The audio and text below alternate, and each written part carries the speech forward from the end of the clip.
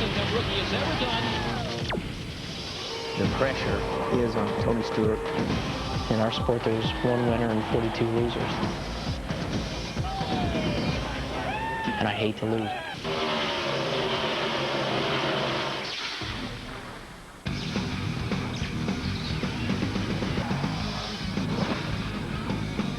NBC Sports is live at the Ford 400 in Homestead, Florida, the final race of the 2002 Winston Cup season. There are no playoffs in the Winston Cup Series, just a grueling 36-race schedule that stretches from mid-February to mid-November. Each week after every race, the field of championship contenders is chiseled smaller and smaller until one race will decide the winner of the Winston Cup. We have come to that one race. 2 contenders, 400 miles. And now 3 men that took you to the green flag for the Daytona 500 in February, ready to take you to the checkered flag here in Homestead this afternoon. Alan Bestwick, Wally Dallenbach, and Benny Parsons. Bill, thank you. We are set to go for the season finale at Homestead. And let's start, where else? The championship. Tony Stewart and Mark Martin, we heard from both of them during the countdown. What are they thinking now? How do they approach this race? Well, I think for Tony, this is going to be probably one of the easiest races all year because nobody wants to get next to Tony. These competitors don't want to rub fenders with these guys running for the championship. They don't want to be involved in that. So Tony's going to have a lot of room. But if he keeps doing what he's been doing, running good, if he's got a good car, he's going to go to the front. But he's also going to be very smart about it today. And for Mark Martin, his job couldn't be simpler. He started back in the 34th position. Go to the front, try to get there as fast as you possibly can. Lead a lap if possible. Lead the most laps. Put all the pressure you can on Tony Stewart to finish the race on the lead lap. And Mark Martin's got to get from that poor starting spot to the front on a very difficult racetrack. That's the subject of our EA Sports Thunder Motion. BP, this place is tough. It is so tough because really and truly, folks, there's only one place to run, as we'll show you inside NASCAR Thunder 2003. It's right down next to the white line. You can put your left side, sometimes even your right sides, below that white line, but you can't get up there. Up there, there is no grip. The bottom of the racetrack is the place to be. Another angle, Wally, as we go in the corner. Yeah, you're right, BP. You're going to see these guys trying to get to the bottom, and like you say, that is where the grip is. And with this rain on the racetrack, it's even going to be slicker today. Stay on the bottom if you're going to lift the trophy. How low can you go? That'll be the story today here in Homestead. 400 miles of racing on a difficult track with a season's worth of work hanging in the balance for that man, Tony Stewart. The opening ceremony and command to start engines comes next from South Florida. You're watching NASCAR on NBC. Hi, I'm Steve Lyons, president of Ford Division, and welcome to today's Ford 400 NASCAR Winston Cup race, part of the Ford Championship weekend. More than 100 years ago, Henry Ford drove this race car to an unlikely victory that gained him the financial backing to start the Ford Motor Company and start the legacy of Ford racing. Ford has already captured the 2002 NASCAR Manufacturers Championship, but the driver's title is still up for grabs. Today, NASCAR will crown a new Winston Cup champion, and we at Ford are proud to bring you all the action. Enjoy the race. NASCAR on NBC at the Homestead-Miami Speedway, where the Ford 400 is about to get underway. A number of past Winston Cup champions were here, honored in a pre-race ceremony earlier, including our own Benny Parsons and Darrell Waltrip, who's trackside to give today's invocation. Gentlemen, please rise and welcome 3-time NASCAR Winston Cup champion Darrell Waltrip, who will offer today's invocation. Let's all stand, take off our hats, and let's go before the Lord, please.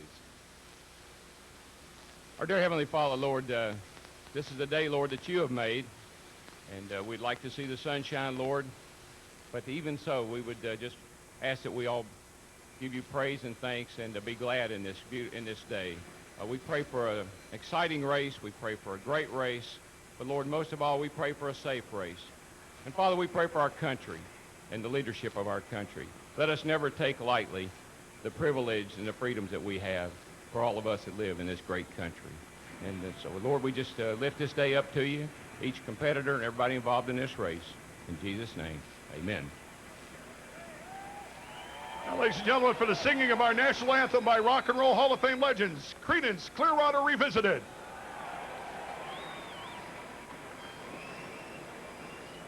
Oh, say, can you see by the dawn's early light what so proudly we hailed at the twilight's last gleaming, whose broad stripes and bright stars through the perilous fight o'er the ramparts we watched were so gallantly streaming, and the rocket's red glare, the bombs bursting in air, gave proof through the night that our flag was still there. Oh, say does that star-spangled banner yet wave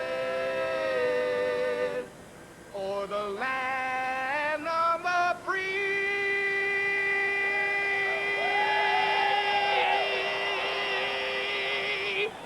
and the home of the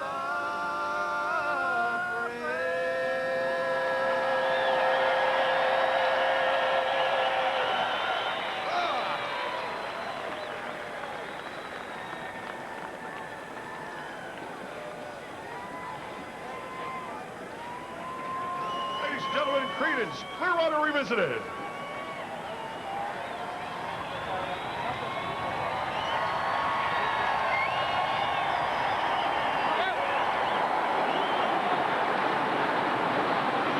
And now we welcome back Jim O'Connor, Vice President of North American Marketing, Sales and Service at Ford Motor Company, for the most famous words in racing. Gentlemen, start your engines!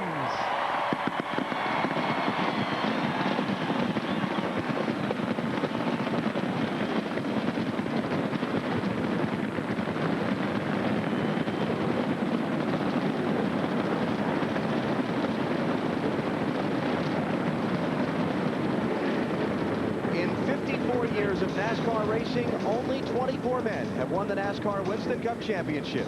That elite group will be joined at day's end by one of two men, Tony Stewart or Mark Martin. The Ford 400 begins next.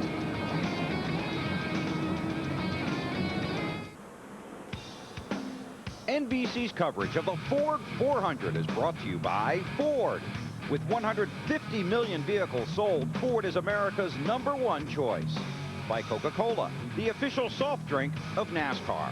By the Home Depot, NASCAR's home improvement warehouse. And by McDonald's. Field of 43 starters in today's Ford 400 rolling onto the Homestead-Miami Speedway. 3 parade and pace laps scheduled before the start, though they're still doing a little bit of track drying from some rain that fell on the speedway throughout the morning today.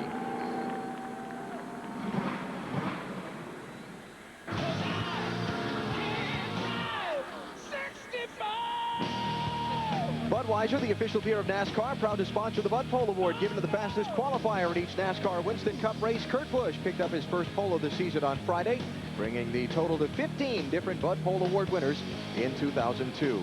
Since 1979, Anheuser-Busch has awarded more than $7 million as title sponsor of NASCAR's Pole Award program. Now the Walmart starting grid for today's Ford 400. Alongside Kurt Busch on the front row, Dale Earnhardt Jr. trying to squeeze up into 10th place in the final standings. He's 52 points back. Jimmy Spencer and Joe Nemechek in row number 2. Spencer looking for a ride next year. Nemechek signed to one this week. Row 3, Greg Biffle, the NASCAR Busch Series champion, and the man trying to lock up the Winston Cup title today, Tony Stewart. And back in row 4 on the inside, Jeff Burke, Kenny Wallace on the outside. Let's try talking to Kenny Wallace. Hey, Kenny, Benny Parsons, you got me? 10-4, Benny, I read you.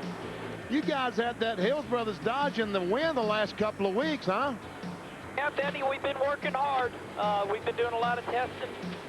Just trying to bring this Bill Davis car up to a competitive level, compete for a win.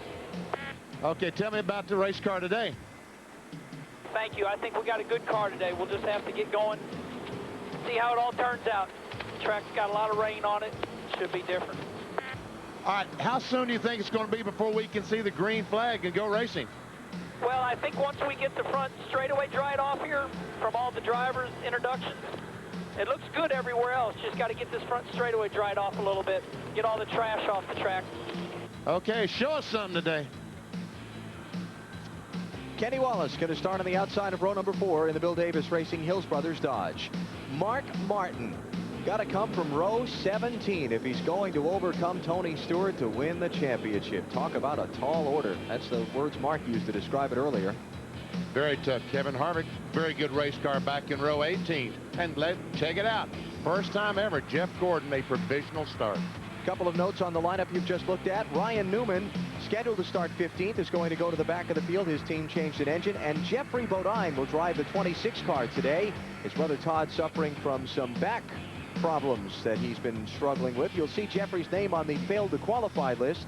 The 09 car didn't make the show, but Jeffrey has jumped into the Discover Card machine for today's race. Yeah, Todd told me yesterday morning he was complaining about back pain, although he did run the NASCAR Busch Series race yesterday afternoon. Let's get some stories from pit road before we go green. Marty. AB, it has now been over 1 year since Jeff Burton won a Winston Cup race. That's 39 races to me and you. Boy, talk about a team with absolutely nothing to lose today. They sit 12th in points. Highly unlikely they could get to 10th in points. So what they're trying is the big experiment. That's what they're calling it. A radical chassis setup unlike anything they've tried before. And hey, if it works, it gets them their first win of the year. If it fails, they know what not to do next year. Matt? Marty, row 5 consists of 2 drivers who desperately need to end 2002 on a good note. Bill Elliott has 4 straight finishes, the 30th or worse, but he won here 1 year ago in this very race car. Meanwhile, Ricky Rudd has only 2 top 5 finishes on an oval since his last win on the road course at Sonoma. He's only led 1 lap in the last 12. Both drivers think they can lead the most important one today, the last. Dave? Matt, the world's fastest pit crew has helped Matt Kenseth to a series-leading 5 wins this season. But last week, a slight miscalculation left them without fuel and on the track. He won the race anyway. Can this guy do anything wrong? Matt Kenseth on a big winning streak this year. He can move all the way from 8th to 3rd in points by race's end if he has another big day here. Bill? Tony Stewart has 15 career Winston Cup wins. Today, he hopes to get number 16. He believes the way to win championships is to win races. Well, he started the season in the Daytona 500 with all these other guys and finished 43rd. One of just 8 finishes this season worse than 22nd. Today, 22nd or better gets Tony Stewart the Winston Cup championship. 3 times Mark Martin has finished 2nd in the championship standings. Today, he's trying to get his first Winston Cup. He knows for the number 6 to be number 1 is going to take a little love and luck. Alan? And Bill, as Mark Martin rolled off onto the track today, here's what came across his team's radio channel. Hey guys, we've got a lot of ground to make up. Let's get our heads in the game. Focus. This is our last hurrah here. Everybody just do the same job that they've been doing all year. Everything will be just fine. No matter what ends up, you guys are the best guys on pit road, bar none. Thanks for all the hard work. There you go. Ben Leslie, the crew chief, addressing his team and driver. And that's saying things like that is what makes those guys work hard to get in this position next year. Getting the word there'll be 2 more pace laps before the green flag. So let's take a break and come back for the start of the Ford 400 next.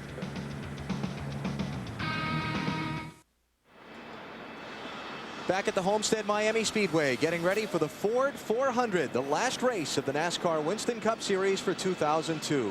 Still working on that track drying, so they've set us back to another 2 laps to go signal here. So we've got a couple of more minutes before the green flag.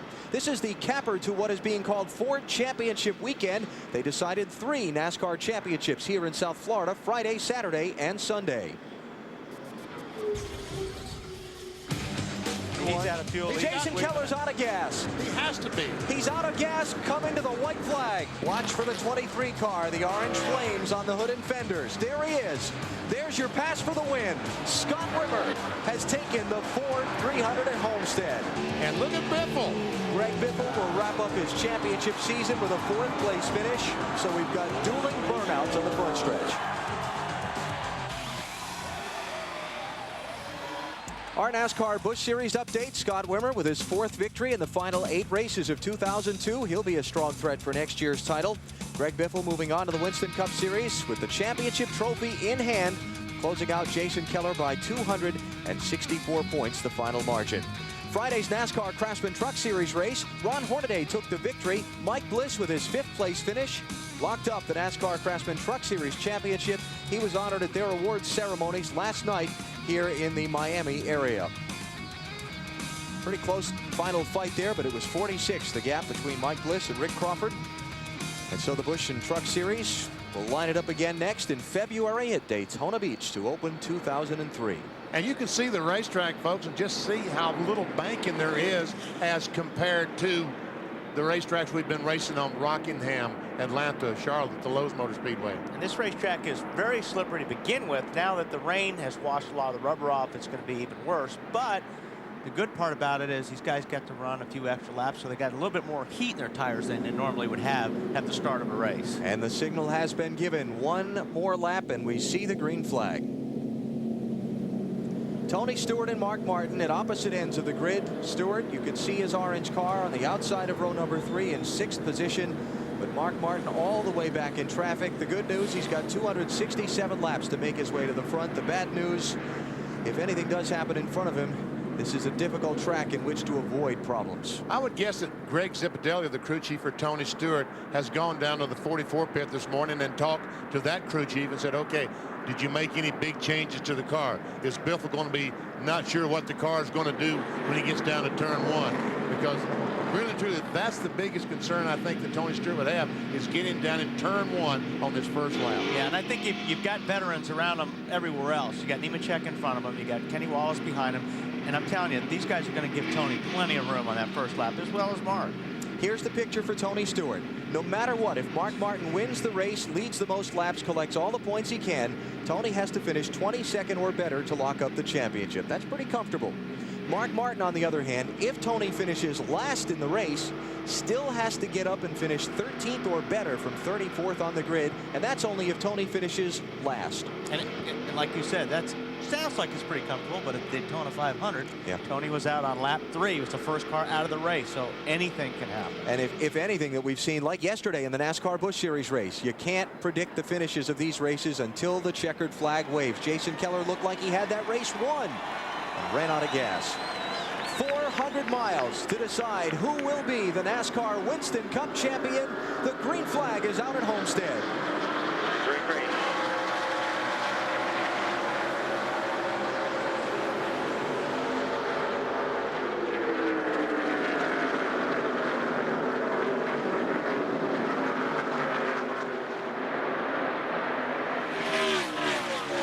Pretty good so far. Everybody's giving each other a lot of room, DP.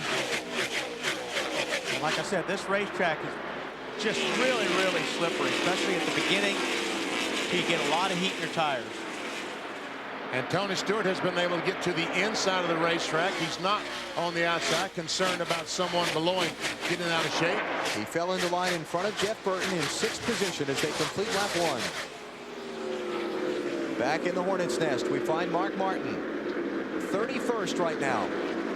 Now, Mark obviously is going to be driving a lot more trouble. Is that Schrader? No, it's Dave Blaney. Caution's out. Man, and this team has been doing so well the last few races. Dave Blaney started today 25th in line. Had his best finish, one of his career best finishes at this racetrack.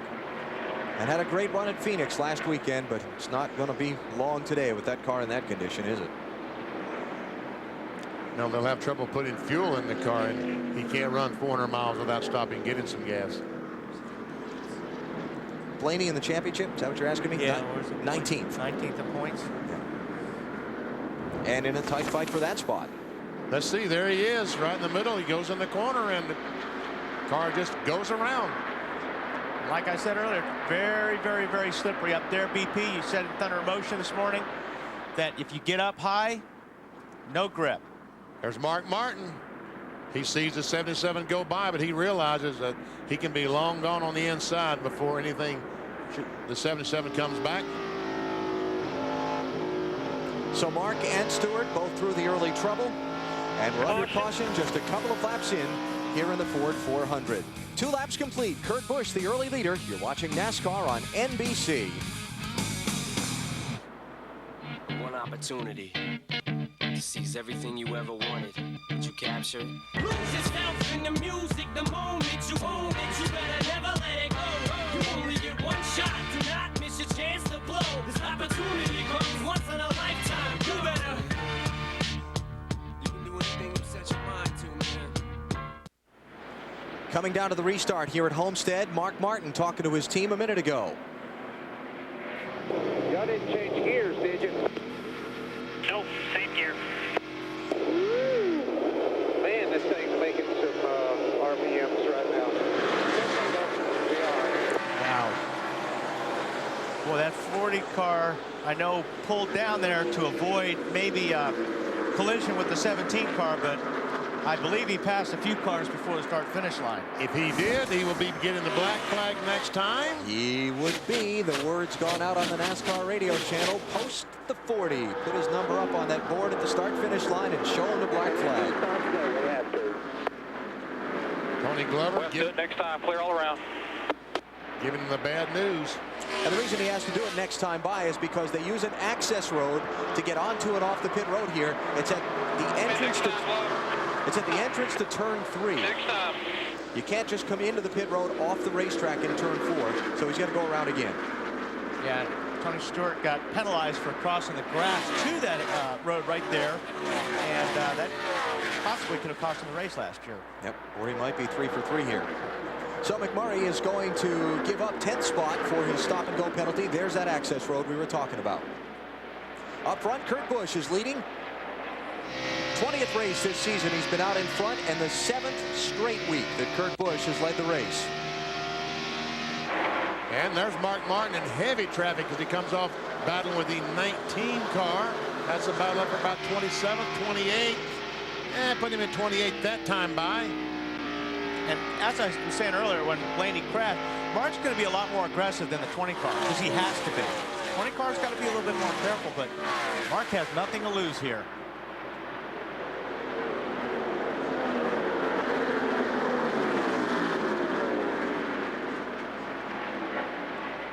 So Mark is cleared of some of the traffic now. Next ahead of him will be Terry Labonte in the 5 car that he'll have to get to. You see Terry trying to work the outside of Ricky Craven just in front. And they knew, Mark and his crew knew that this 6 car, this Viagra car, would not qualify well here at Homestead-Miami. I'm sure they felt like it would qualify in the top 10 or 15. But this is a car that Mark wanted to bring here because it's his favorite car. It's a car that handles well in the race. And Ricky Craven just moved over and said, go ahead, Mark, go on by, like you talked about. Yeah, exactly. These guys do not want to get in a position where they're even going to race these 2 championship contenders. Ford has already locked up the NASCAR Winston Cup Manufacturers Championship for this season. You see the victory totals coming into the final race of the year.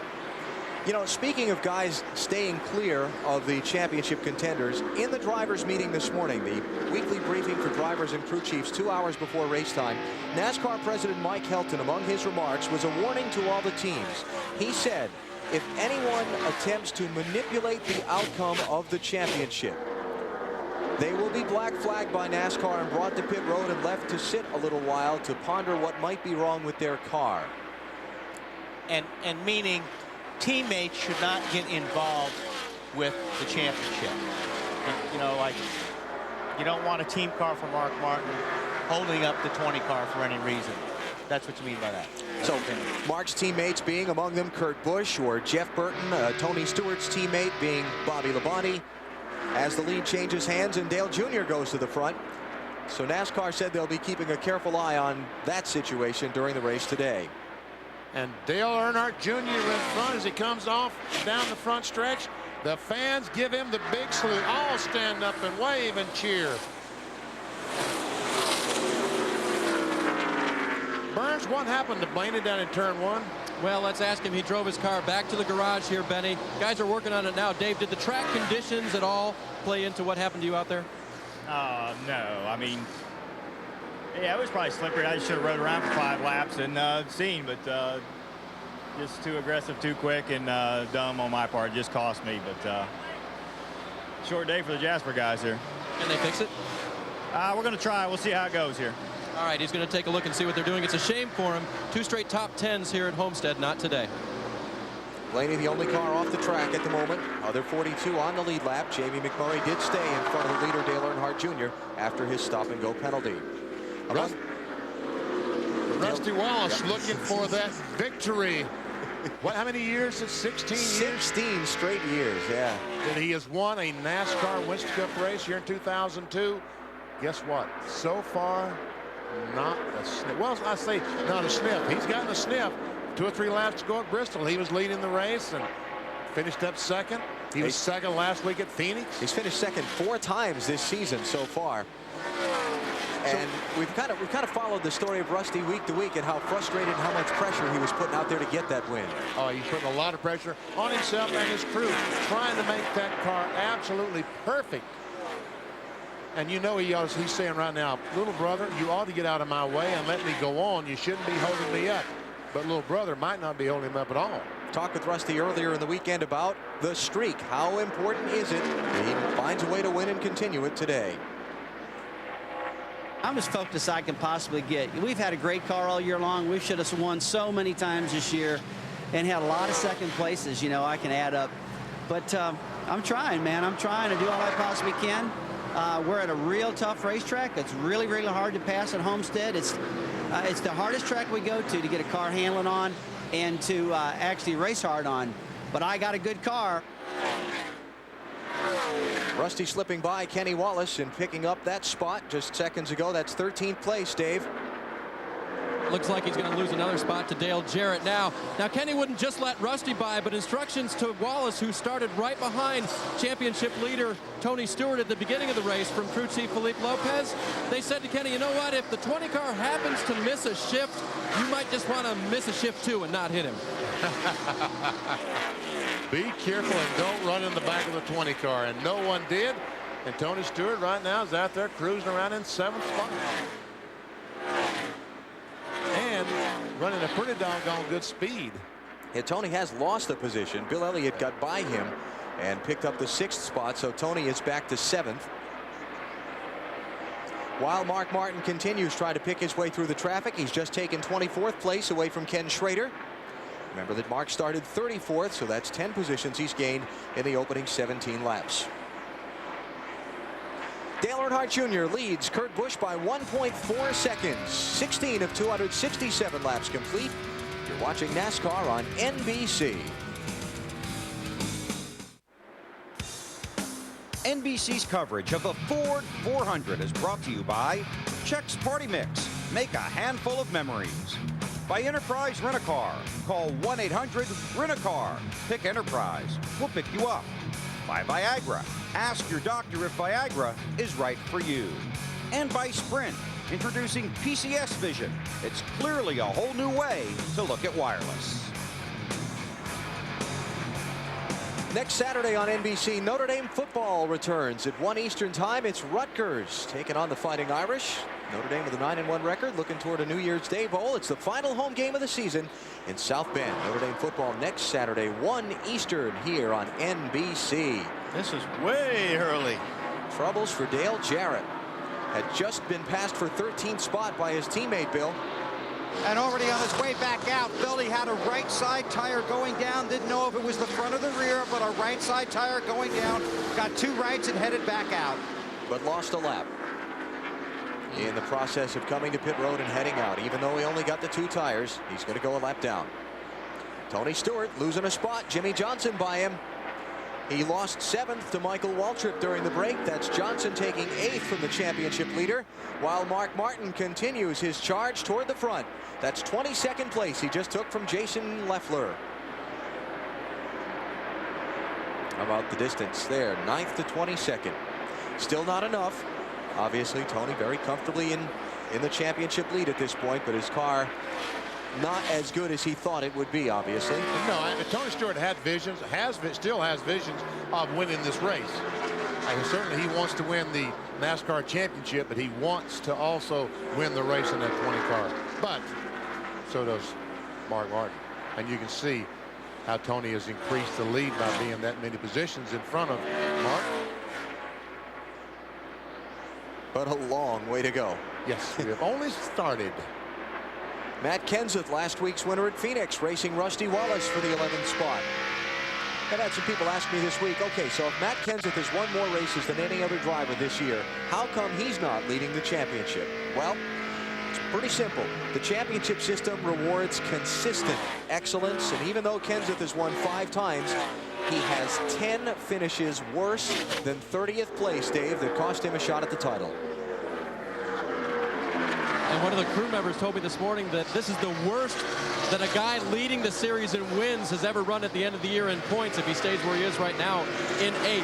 His car's a little bit loose, so they're going to have to adjust on that on the first stop. And it's real loose when Rusty's about an inch off the rear bumper. Doesn't help it, does it? No, and that's what Rusty's trying to do, because like Benny was talking about earlier, you got to run down on the bottom, and he's trying to make that car loose. Bill? Well, just wanted to update you on a couple of cars. First of all, the 20 of Tony Stewart. Car's pretty good, but actually, Wally says he has too much bite. So they talked about making changes, and then Zipadelli reminded Stewart that we started with the track bar down, a little further down than they have it in practice, so that's probably the adjustment they will make when he pits. As for the 88 of Dale Jarrett, it was the right front tire. It appears that somehow the lug nuts, or a lug nut, may have worked itself loose, and that's what gave him the feeling about the vibration and sent him to pit road. And when Bill's talking about too much bite, what he's referring to is that Tony feels like he's got too much rear bite, which makes the car want to push, especially getting off the corners. When you're on the gas, the car doesn't want to turn. You saw in the box in the upper left of your screen a change for second place. Joe Nemechek has gotten by Kurt Busch. Problem for Joe, he's 3 seconds behind leader Dale Earnhardt Jr. So Tony Stewart back in 9th position now. Next behind him would be Jeff Burton. There is Joe Nemechek using the apron of the racetrack. He saw that yesterday in the NASCAR Busch Series race. I talked to Joe this morning, Wally, and he was so pleased with himself, his entire crew, because yesterday Jimmy Johnson and Jeff Gordon came to these guys to get a setup because they were running so much better than Gordon or Johnson, either one. Well, we watched this 25 car in happy hour, and I kept saying through the whole program that Joe had a very good race car. He could run down low, and like you said, he can run down on the apron, which you have to have a good handle in the car to get all 4 of those tires below that white line like he's doing right there. Last lap by, Nemechek was 0.3 of a second quicker than the leader Dale Earnhardt Jr. Although he'll lose a little time this lap messing with that lap traffic. While we watch now Mark Martin back in 22nd position trying to pick his way to the front, we bring up our Little Debbie trivia question and ask, when was the first time the championship lead changed at the final race of the season, and who won the title? And I'll give you a small hint, which will probably give it away to you. It was 1979. Very good. And Darrell Waltrip was leading by a few points, and Richard Petty won the championship. 23 years ago tomorrow at Ontario Motor Speedway, November 18th, 1979. And why did I say I was given a hint? I was there. You were not only there, you had a prominent role. I won the race. Yes, you did. And Richard won the championship. Championship lead that year, changing 3 times over the last 3 races of the season. Richard Petty's 11 margin final point margin over Darrell Waltrip, the second closest in NASCAR Winston Cup history. Marty. Allen as lap 29 goes on the board. You're coming to lap 30 right now. Mark Martin started 34th, has made his way up through the field to 22nd. Ben Leslie, his crew chief, came on the radio and said, "How's the car? We're about halfway through this fuel run." And all he heard was silence. The car very good for Mark Martin. Matt? And Marty, the reason why they made wholesale changes in the 48, they've struggled all weekend. Their main goal, try to hold on to a top 5 finish in the points. But they had an early scare on lap 1. After taking the green flag, Jimmy's helmet, the radio came unplugged. He could not hear the team. So Jimmy came on the radio when he realized what had happened. He plugged it back in himself and said, "Can you believe it? I'm driving with one hand and using my other hand to plug it back in." Right now, though, the car is tight. He is running in the 8th position. Johnson locked up in that very tight fight for 3rd place in the final NASCAR Winston Cup standings. Kurt Busch, Jimmy Johnson, Rusty Wallace, Jeff Gordon, Ryan Newman, 23 points apart coming into the day. $500,000 separating 3rd through 7th in the final payout. And we know money means nothing to drivers, right? $500,000 means something to anyone. You're just, yeah. Wally's just you got that grin on my face. Wally's just grinning over here. He said, yeah, right. We know you'd race for nothing, but we like racing for money. Yes, you do. Jimmy Johnson also, go ahead. I say we race for nothing, getting back to and from the hotel every night. We don't get paid anything for that. I have no comment. Except to say that I'm not in your car. Kurt Busch running in third.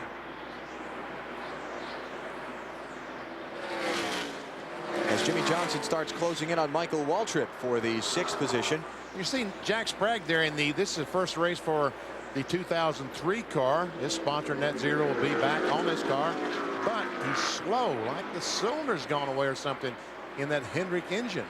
Yeah, he's over a second off the pace right now. Starting to see some guys get put a lap down by the leader. Derek Hope, Casey Atwood, Jeremy Mayfield, Jamie McMurray because of the penalty, and Dale Jarrett because of the flat tire, along with Jack Sprague, have all gone 1 lap down. 33, now 34 laps complete. Dale Earnhardt Jr. is pacing the Ford 400 at Homestead. You're watching NASCAR on NBC.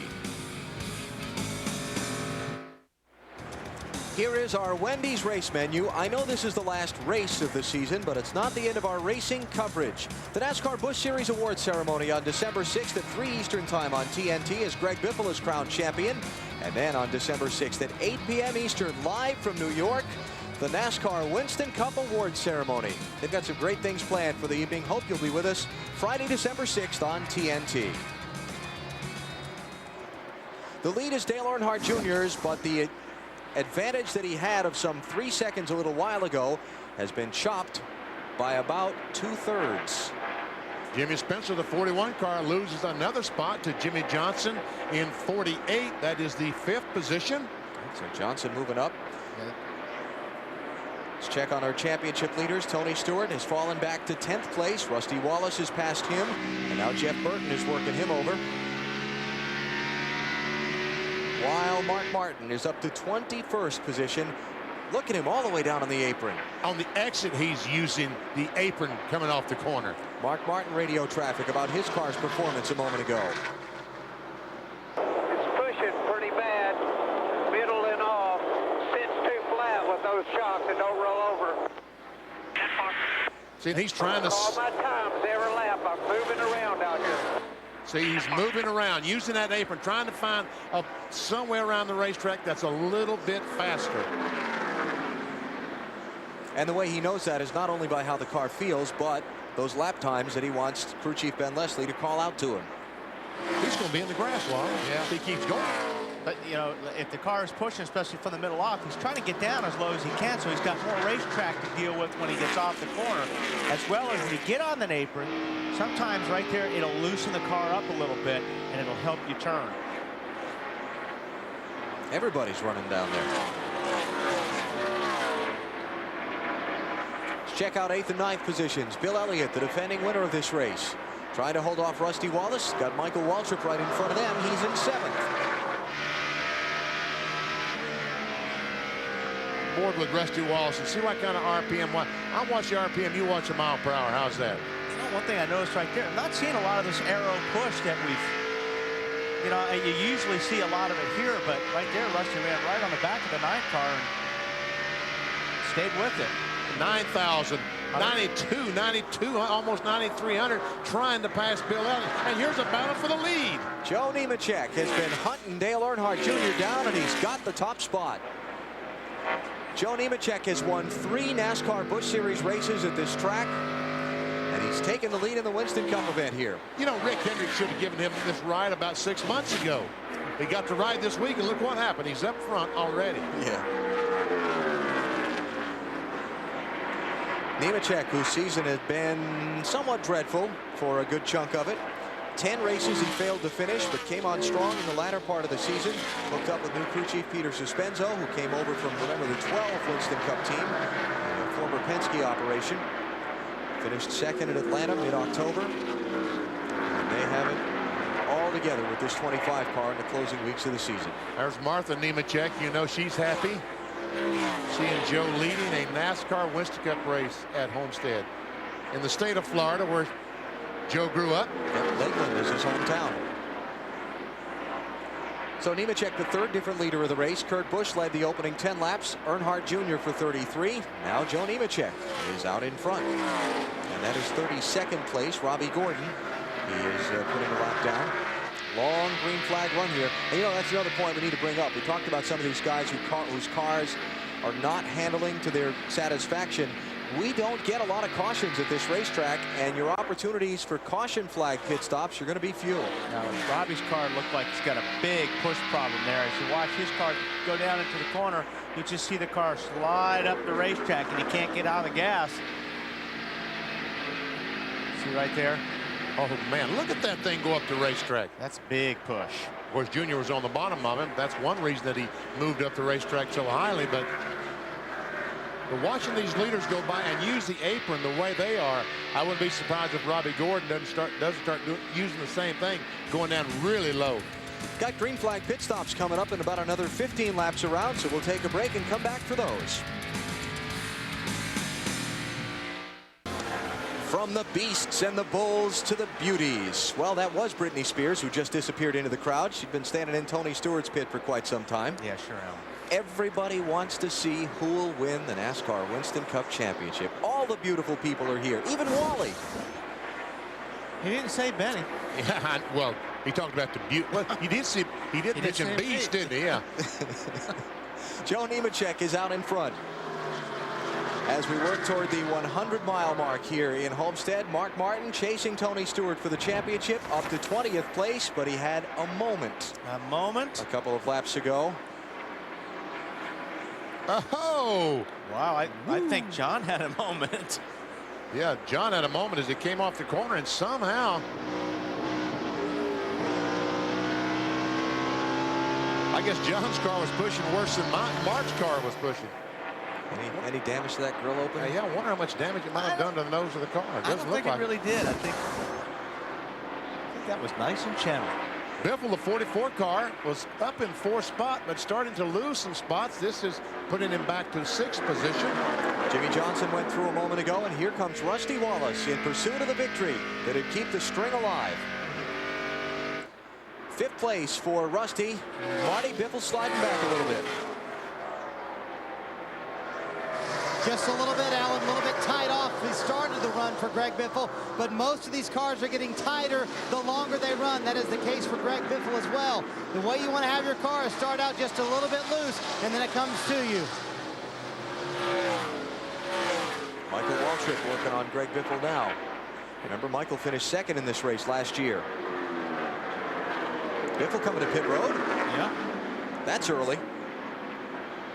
That's awfully early. Marty, we expected to see most of these guys a little after lap 60, maybe up to lap 65, but this is only 55, and here comes Biffle. Kind of surprising. These guys have not been getting very good fuel mileage all year long. I know that, but this is a lot earlier than we thought we would see people. In fact, I just talked to Gary Putman, his crew chief, and he said everything was fine other than the tight condition, but the 2002 Busch Series champion, making his 7th Winston Cup Series start, slides to a stop in his pit stall. The Georgia Pacific guys will go to work again. He is tight, gets tighter the longer he runs. Very, very early, a lot earlier than we thought we'd see cars on pit road. They do make an air pressure adjustment, trying to loosen up Greg Biffle in the 44 car. Well, great pit stop, but here comes John Andretti, another petty car down pit road. And Dale Earnhardt Jr. is in the 2nd place car. I was just going to say maybe it's not as early as we thought, because Bill Earnhardt Jr. is already in. And some of these guys were talking about stopping later. I'm a little surprised to see Junior in, but some are having their hands forced by seeing other fast cars pit early here. Just 55 laps on the board. No changes on this stop for Dale Earnhardt Jr. A lot of brake dust kicked out. Tony Eury Jr. around to the left front. You can see all the brake dust on these wheels as they're yanked off. So Junior gets 4 tires of fuel and goes back out after just 55 laps. They weren't going to run that car out of fuel this week. No, not like they did last week. When these cars make pit stops, folks, I want to watch the right rear tire. When that right side goes down, you'll see Marty. Johnny Benson on pit road, and this is the first stop at Homestead for Bobby Burrell, the front tire changer. Remember, involved in that accident here at Homestead last year and was changing tires for Ricky Rudd. He makes the stop very cleanly, very safe stop this time. Benson a little bit tight, took a pound out of the right front, trying to loosen him up. If you're with us on our coverage of this race 1 year ago, the horrible accident at the end of pit road when a collision between Casey Atwood and Ward Burton sent Ward's car through what was then Ricky Rudd's pit crew. Bobby Burrell, the tire changer, spent weeks in a hospital with a fractured skull. John Bryan, the jackman, had a concussion and a leg injury as well. They're both back here working on separate cars today at Homestead. Dave? Now the 23 car of Kenny Wallace was tight. They changed 4 tires, made an air pressure adjustment to fix that. A lot of pit stops here. I'll tell you what, once they started coming down pit road, everybody started screaming, make my car good too. Put me some fresh tires on. Make me an adjustment. And here comes the leader, Joe Nemechek. Stop is going to be as he completes lap 58. It'll turn the top spot in the race over to Kurt Busch. Tony Stewart is also on pit road behind the leader, Nemechek. Matt? And Joe Nemechek, 45 miles per hour down pit road. His car was a little snug at both ends. He almost slides to a stop there. They were not going to make any adjustments. And then 3 laps ago, he says, I'm just too tight in the center of the corner. They're going to adjust with air pressure as they come around to the left side of the car. The 20 car of Tony Stewart is on his way down to you, Bill. Ryan Newman is on pit road. A chassis adjustment wedge on both sides, 4 tires and fuel. Championship leader Tony Stewart is also on pit road. He is getting too much bite. They want to take some of the forward bite out of the car. He's tight in the center. It's a wedge adjustment and a track bar adjustment that they had talked about on the radio. 4 tires and fuel. Tony's on his way.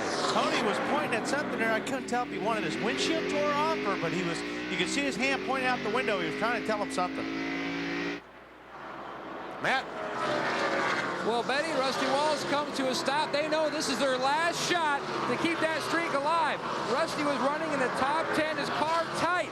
In fact, he came on the radio at one point as they're going to adjust the car in this stop and try to free it up. Marty. 34th to 18th for the man in second in the championship standings, Mark Martin. 3 rounds of wedge into the right side. The car very tight. They also take a pound out of the left rear tire. That should loosen up Mark Martin. Drastic changes for this team, desperate to win a championship. Matt? And Jimmy Johnson, his team waving him to his pit stall. They're going to make a chassis adjustment. He was having trouble trying to get the car through the corner. You can see the wrench going in the back window. This will be a 4-tire change. Just way too tight. As they come around to the left side, Shane Parse now goes to work on the left front. And work completed, Dave. Jeff Gordon has worked his way up in the field, Matt. His car was tight in the center and loose off. They made a chassis adjustment to fix that. Fuel is good. Catch can man waving. Jeff leaves pit road. About a second slow on Jeff Gordon. Whoa, watch it, boys. Oh, Jeff Burton and Jeff Gordon almost get together. Burton just coming in. He was up to second spot by staying out on track.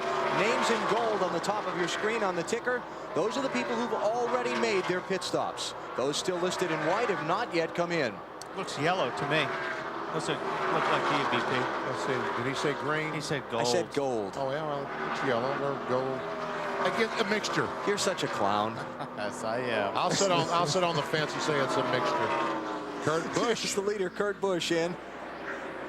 Just shy of 100 miles for his first pit stop of the day. Bill? Well, Kurt Busch has a long trip down pit road. He has the #1 pit stall here at Homestead, the same pit stall that Ricky Rudd had 1 year ago. He slides to a stop into his stall. They go around to the right side. They're going to make a track bar adjustment here. His car just a little bit loose is what he's reporting. So expect to see the track bar. The wrench is already in there. Around to the left side. They do make the adjustment. That's a pretty big adjustment. A couple rounds looks like he put in there. Kurt Busch heads back out. So as the cycle of pit stops is completed, it's going to hand the lead back to Dale Earnhardt Jr. He's going to come out ahead of Joe Nemechek. Dave, how about Matt Kenseth? He was on and off pit road, Alan. A good pit stop for them. They made a track bar adjustment. The car was loose. They hope that will correct it. It was so loose they thought they had a tire going down, but Matt rode it out. Marty, what about the tire issues on Mark Martin's car? BP, Mark Martin pitted on lap 59. This is the right front tire off of Mark Martin's car. You can see it is down to the cords right there. Goodyear engineers were a little bit concerned because the rain washed the rubber off the racetrack. There were some problems earlier this week on Thursday with the Truck Series. They were doing this to their tires earlier this week, but they thought the rubber had cured that problem. Rain washed the rubber off, and this is the result. 59 laps to the cords on Mark Martin's right front tire. Hey, that's all right. You're using it all. They're using every bit of the tire. And that's one reason we saw all those cars pit. They can run farther than that on fuel. But they felt that right front tire start sliding across the racetrack. They knew, they experienced enough, they realized the tire was shot. They had to go in the pits. Mark in 23rd position now, racing Kevin Harvick and Elliott Sadler for 22nd and 24th. And using every bit of pavement that's at the bottom of that racetrack.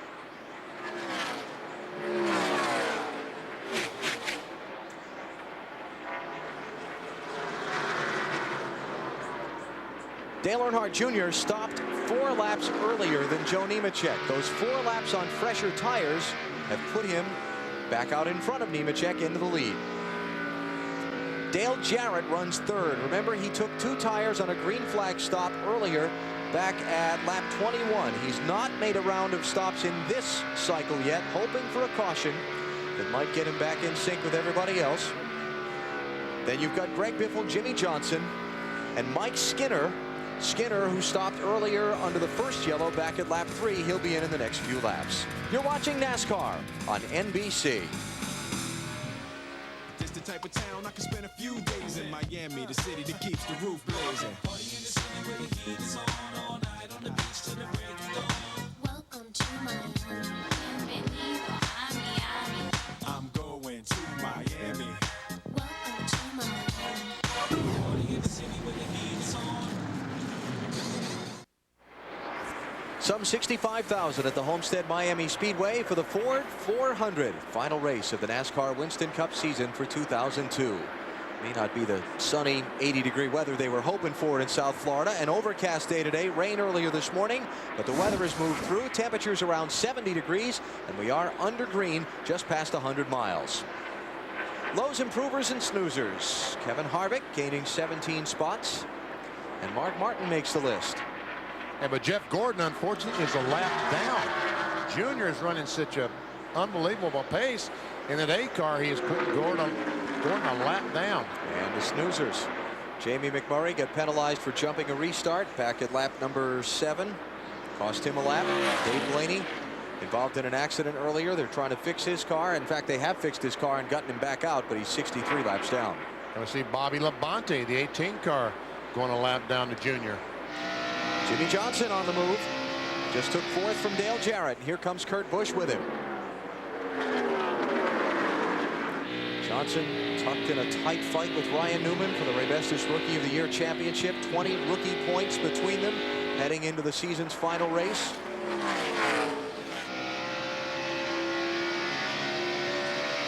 All right, position 3, Kurt Busch.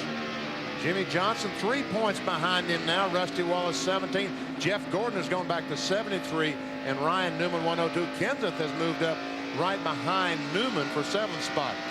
So far, the only change in position in the top 10 as they run would be 10th place. Dale Earnhardt Jr. is in. Ricky Rudd's out. Caution. Oh, no, coming out. Back up, coming out. Caution south. Debris in turn 1 is what I'm hearing. Oh, there it is. Garbage bin. You know, and that's a very simple thing, but you know what? It could blow up, get on the grill of one of these race cars and ruin their day. I saw one when I was down there just before I destroyed the Golden Benny. I saw one flying around and picked it up and put it in a trash can for that very reason. And by the way, you destroyed the Golden Benny in a big way. Yes, I did. It's gone. It's history. It's in the garbage can down there. I was a little bit worried about the trip home with you in that trophy because, you know, you've let it ride with the teams from week to week through the season, but you were supposed to take it home today. I know. You've seen me ride with Benny this year. Right. It's gone. So, second caution of the day. First one came out at lap 3 when Dave Blaney hit the wall in turn 1. This one now coming out just past 100 miles. And Dale Jarrett stays on the lead lap because he stayed out Remember, he had the right side tires there. He hadn't pitted yet, so that's a big break for DJ. He's back on the lead lap and in 6th place. Everybody's coming. Anybody get 2 here? Just stopped and got 4 tires a little while ago. The guys in the back would certainly, you would think they would put 2 tires on for track position. Mark Martin might be a guy to try that because he's back about 20th. Let's see. Dave? Matt Kenseth is trying it. 2 tires, a little bit down to the track bar. He is still a little bit loose. 2 tires on the 17. Marty? No such chances for Mark Martin. It'll be 4 tires. He said, I need a lot more of what you gave me last time. 3 rounds again down on the right rear. Thought about taking a rubber out of the left rear. Decided not to do it. Bill? Starting with the 8 car of Dale Earnhardt Jr., 4 tires, no chassis adjustment. Same for Tony Stewart, who said his car was much better. He and Zipadelli talked it over and said, we're going to take 4. We know a lot of people are going to take 2. Stewart said, I agree with you 100%. Well, they're racing for a championship. They don't have much choice. But boy, don't you know, it made him feel so bad when he's sitting there, all those cars driving by on the right side. I saw 3 with my eyes that took right side tires. Matt Kenseth, Kevin Harvick, and Jimmy Spencer. And our pit guys will follow up and see how many more. So that's going to put Tony Stewart back a little bit in his track position. And we'll reset the running order for you when we come back. Under caution in the Ford 400 at Homestead.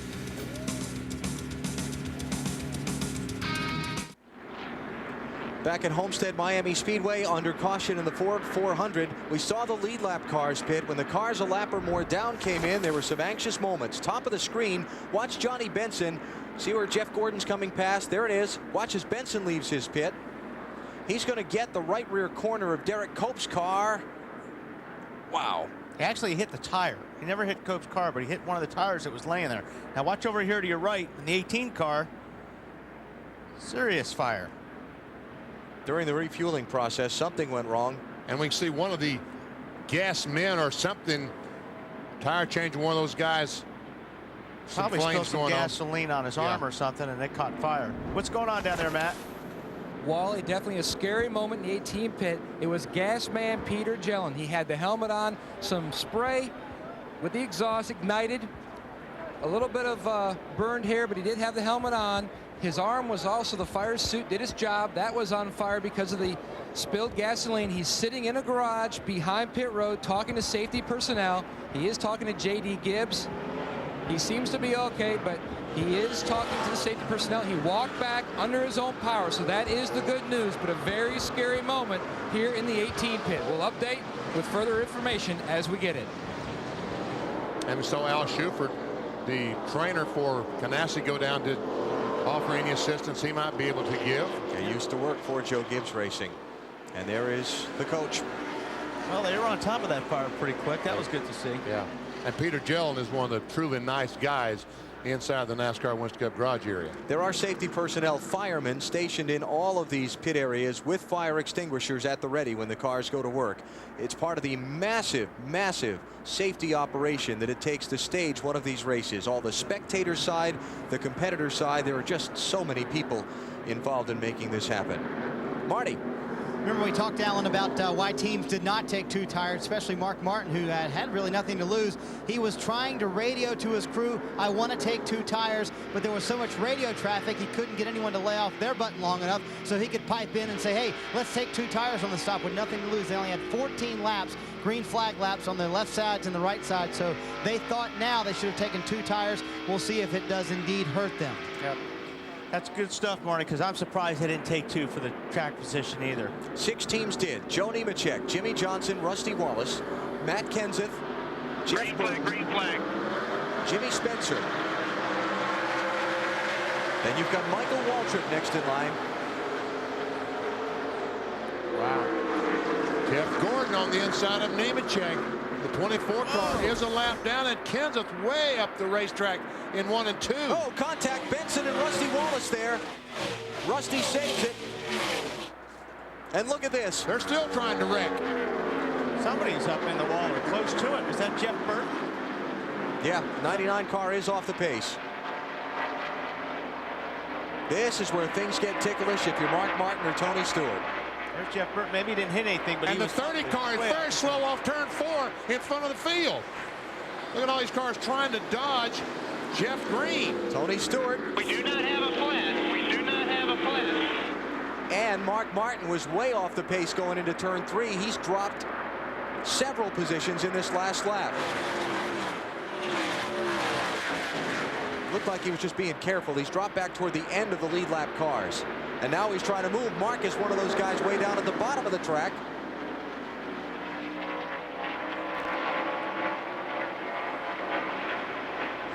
Look at this.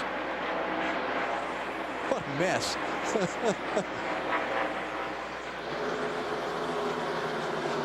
Okay, Tony Stewart is 11th. Check Mark Martin. He is 18th. Having just gotten by Bobby Hamilton, now Mark is 17th. He tiptoed his way into turn 3 on that restart, swung to the bottom of all those cars, and then started passing them all. So he just did not want to be on the outside.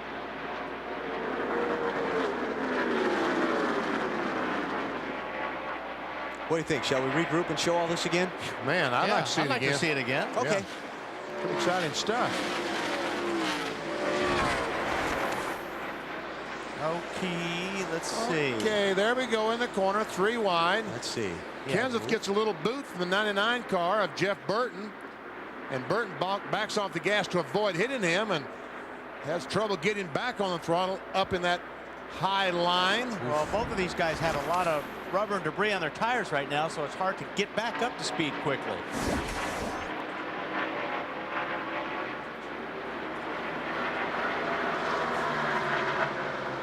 So Jeff Gordon, tail end of the lead lap in front of leader Joe Nemechek. Let's check back for 9th place. Matt Kenseth and Dale Earnhardt Jr. Remember Earnhardt Jr. leading this race earlier, but got 4 tires on his stop, and a lot of guys who only took 2 are now in front of him. Kevin Harvick with just the right side tires on that pit stop. As we saw yesterday, it looked like in the Busch race, the guys that took 2 could maintain their speed for about the first 30 or 40 laps, but then the guys that took 4 just gobbled them up. So it's going to take a while for the 4 tire change, I think, to really show. And we heard the report from Marty earlier. That would have been an ideal spot for the 16 to try and take the 2 tires. Absolutely. Yeah, I really don't understand why they didn't try to do that. Well, again, he said, let's do it. But all the guys were talking on the radio. He couldn't get that in. And the crew thinking he wanted 4 tires. That's what they did. And Jeff Green, we saw him slow. He thought he had a flat tire. But once he got his car back up to speed, it does seem to be okay now. He did not make a pit stop. Earnhardt Jr. and Kenseth, 9th place here.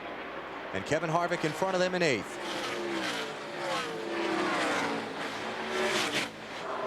Remember last weekend at Phoenix, Matt Kenseth took just 2 tires on a late pit stop at lap 264. 312 made up that race. He set the fastest lap of the race on just 2 tires just after that restart. Rusty Wallace trying to get by Michael Waltrip for 5th position. I'll tell you what, if Rusty Wallace wins this race, we'll see the greatest burnout of mankind. Yeah. He'll melt all the rear tires, both rear tires. There's Rusty's gap up to leader Joe Nemechek. A lot at stake for Rusty today. Not only the streak that he's talked so much about, but again, he's locked in that tight fight for 3rd in the championship. He could finish as high as 3rd. He could fall as low as 8th at the end of the day.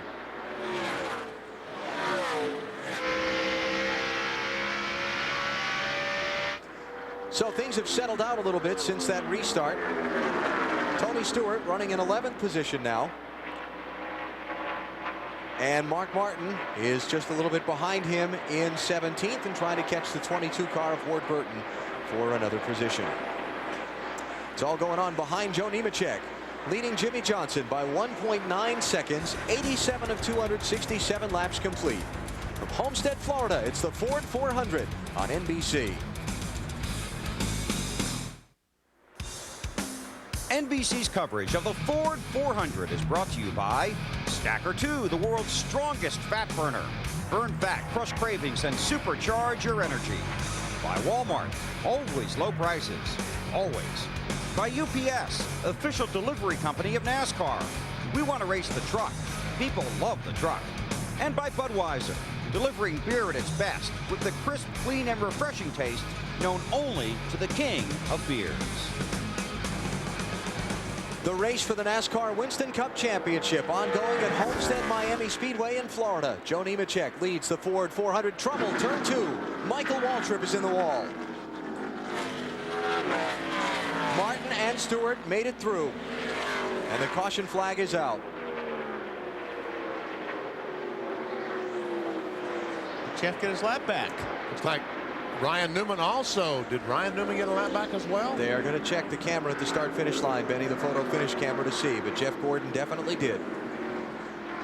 So that puts 23 cars on the lead lap, possibly a 24th. Our computers are saying for Newman, but we'll see what the camera shows us. Computers being the telemetry scoring with the radio transmitters on each of the cars. He's got our left front down. I don't know if he did that from locking the brakes up before he hit the wall or... Michael Waltrip. Everything's flat. Yeah, Michael finished second in this race a year ago. Thought he had a pretty good car for today. Not going to work out. Leaders coming to pit road. Maybe a little nudge from the 40 car. Yeah, looks like Jamie McMurray might have gotten into him back in the middle of the corner. And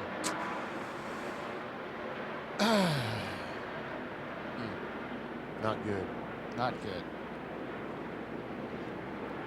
It's a wonder we don't see more of that. See all that debris up there? All that rubber and dirt. All right. Hasn't been long since the last set of pit stops. Who'll get 2 this time, Dave? Alan, it won't be Matt Kenseth, last week's winner. They will get 4. Car still a little bit loose, so they'll make another track bar adjustment. Take some air pressure out of the right rear. Marty? It won't be Mark Martin either, Dave. They're going to go with 4 tires again. They're gaining on it. He said the car's still a little bit tight, but I like what we're doing. 1 round to wedge in, Matt. The leader, Nemechek, is in, and he is out of 2-tire change. They were going to go for 4. Joe Nemechek made the call himself. Bill.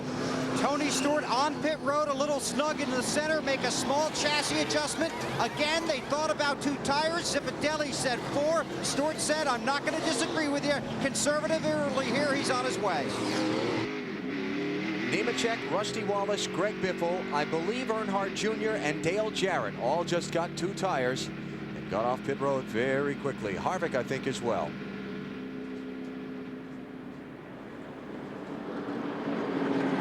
So let's take a break. They're cleaning up after Michael Waltrip's crash out in turn number 2. We're coming up on 150 miles in the Ford 400 at Homestead-Miami Speedway. NASCAR on NBC live at Homestead-Miami Speedway for the Ford 400, where the NASCAR Winston Cup Championship will be decided. Under caution after Michael Waltrip's crash in turn 2. He and Jamie McMurray racing for a spot there. And everybody off pit road with Joe Nemechek hanging on to the lead. A number of teams getting just right side tires on their stops. Let's check downstairs with Marty Snyder. Alan, with this being the last race of the season and Ford Championship weekend, we thought it appropriate to make this week's Ford No Boundaries a segment about all of the 2002 Blue Oval winners. What sophomore jinx for Kurt Busch? The kid came in, won 3 races for Ford, took the back-to-back wins at Martinsville and Atlanta as well. Also, you got to talk about the freshman phenom Ryan Newman. Dale Jarrett also took his car to victory lane at Pocono and Michigan, bringing his career total to 30 wins. Of course, Mark Martin, who won the race at Charlotte, and the Noble $1 million bonus, and also is in contention for the championship. And who can forget Matt Kenseth leads the entire series with 5 wins. Of course, Greg Biffle also won the Busch Series championship, and Ford has already won the Manufacturers Championship and Winston Cup. Yeah, I think it's been a pretty good year for the Ford guys, Alan. I'd say so. Matt Kenseth's Ford, winner 1 week ago. Rusty Wallace running second in his Ford now. Joe Nemechek paces the Ford 400. They're cleaning up some of the debris, so we'll take a break and be back for the restart. Welcome back to the Homestead-Miami Speedway. The sun trying to break through under caution here after 99 laps with Joe Nemechek leading the field. Let's go back in the garage and check with Dave Burns. And standing by with Michael Waltrip while they work on his car, conferring with a Winston Cup official right now. Michael, what contributed to the contact and the accident out there? Just ridiculous conditions to race in. The apron is the low line and the groove is the high line. Anything above that is gravel. And it's embarrassing to try to put on a race at a track like this. You have no options, you know. You just try to squeeze as low as you can, and I just got up a little bit higher than I should have and spun out. The Napa Auto Parts, Ritz Crackers, Klausner Furniture, Chevy was good, but I made a mistake. But darn, you know, it's a shame when you make a mistake by foot and pay for it with a rear clip. It's just a terrible track to try to have a race on. Michael, did you feel a tap from the rear from the 40 car? No, I didn't. I knew I was in trouble because I was just a foot offline, and then I spun out. I don't know. It wasn't the 40 car's fault. It's just the fact that we're trying to. It's like racing on an old country road, dirt road. I feel like those dudes on the Rally Channel. And his car looks like one that did a tumble on the Rally Channel, Bill. Okay, obviously Michael Waltrip very frustrated about the racing conditions here at Homestead. On the pit box with Greg Zipadelli, the crew chief for Tony Stewart, talking to his driver a little bit. Your day has gone fairly smoothly so far. Yeah, it's pretty calm. We haven't had any problems. Our car's a little tight in the center, but we're going to keep working on Home Depot Pontiac, see if we can get it to Tony's liking, and maybe we can get her back up in the top 5. Right now, we give up a little bit of track position both times, putting 4 tires on, but we've got too much to lose. Track position it's important, but it's not that important to us right now. So we're going to stick to our game plan, and you know, we still got a long ways to go. And you and Tony on the same page through all of this. Oh yeah, absolutely. We talked about it, and we got to do whatever we can to protect ourselves, and you know, keep 4 good years on this thing all day, and hopefully we get some long runs here. It'll pay off for us. Before the race, Greg Zipadelli is the man that Tony Stewart said is not getting enough credit in the run for their championship. Matt? Marty? And Ben Leslie is Mark Martin's crew chief, sitting in 15th right now. You've made wholesale changes today, 7 rounds of wedge in, air pressure adjustments everywhere. Has it helped, Ben? Yeah, he's pretty happy with the car right now. That last run before the caution flag, he was real happy with the car, making some gains on the track. Track position has been one of our biggest problems. The car was off a little bit from start. We needed to loosen the car up some. But the biggest battle has been track position right now. I feel like we're pretty close on the chassis, and we've got us a little bit of track position. The guys done an awful great job in the pits today, and we'll see how it shakes out. And track position is one of their battles. They wished now they would have taken those 2 tires. Bill? Race 36 of the NASCAR Winston Cup season. Tony Stewart started the season finishing 43rd in the Daytona 500. 22nd or better today, he's the champ. Just another look at the incident that put us under caution. Yeah, and you know, I talked about Jamie McMurray getting into Michael Waltrip, and that's where I thought it was right there. But Michael said he didn't think he got hit, and when we watched the replay, again, I don't think that McMurray did make contact with the 15 car. So Michael Waltrip in the garage, McMurray a lap down in 26th place, and Joe Nemechek out in front as we go back under green. Ooh, Rusty Wallace up out of the groove. And watch how much this is going to cost. Junior gets bounced off of by McMurray. He's going to have a lot. Talking about that debris earlier, and they had the blowers out there a little while ago trying to help that situation. But and now we've got him 3 wide going then to turn 3. And he still doesn't have his tires clean, believe me. And Rusty is still high on the racetrack, losing position after position. Got some damage to that left front fender, too. Yeah, you know he does. Junior may have some to, I guess it was the rear of Junior's car that made contact, wasn't it? Yes. Right rear. Rusty was 2nd last lap. This lap, he's 9th. Wow, look at everybody sliding around out there.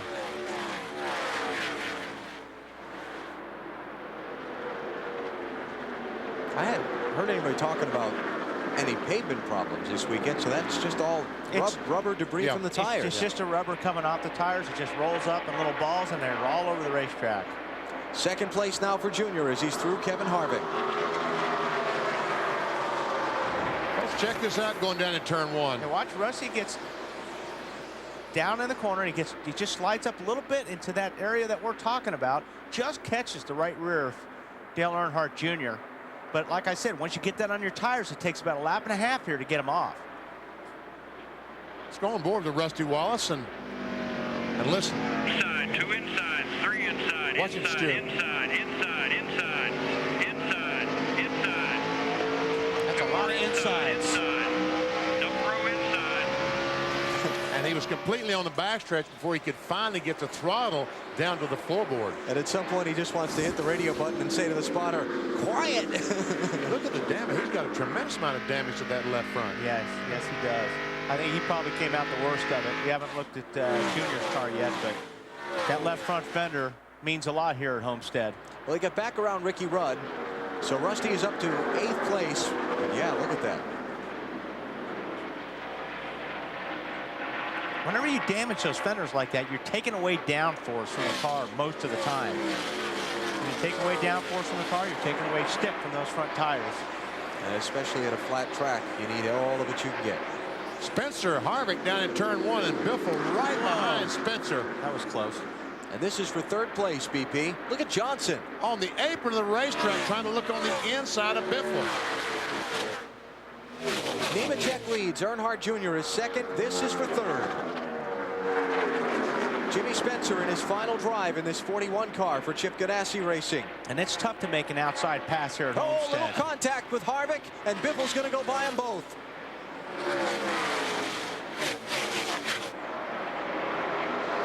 Here comes Jimmy Johnson. And Dale Jarrett trying to look on the inside of Harvick.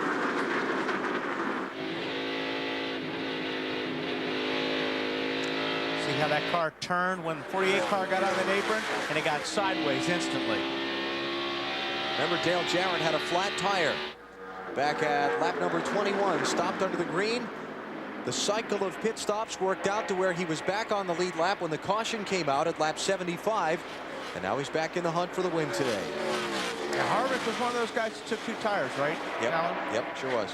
Let me give you the list for that in a minute. First, Dave Burns is standing by at the medical center in the infield. Dave, we saw that pit fire in Bobby Labonte's cruise area earlier. You got an update for us? Yeah, I've just checked with team members coming out. They say Peter is fine. Susan, he wants you to know he's okay. Just treating some minor burns on his neck right now.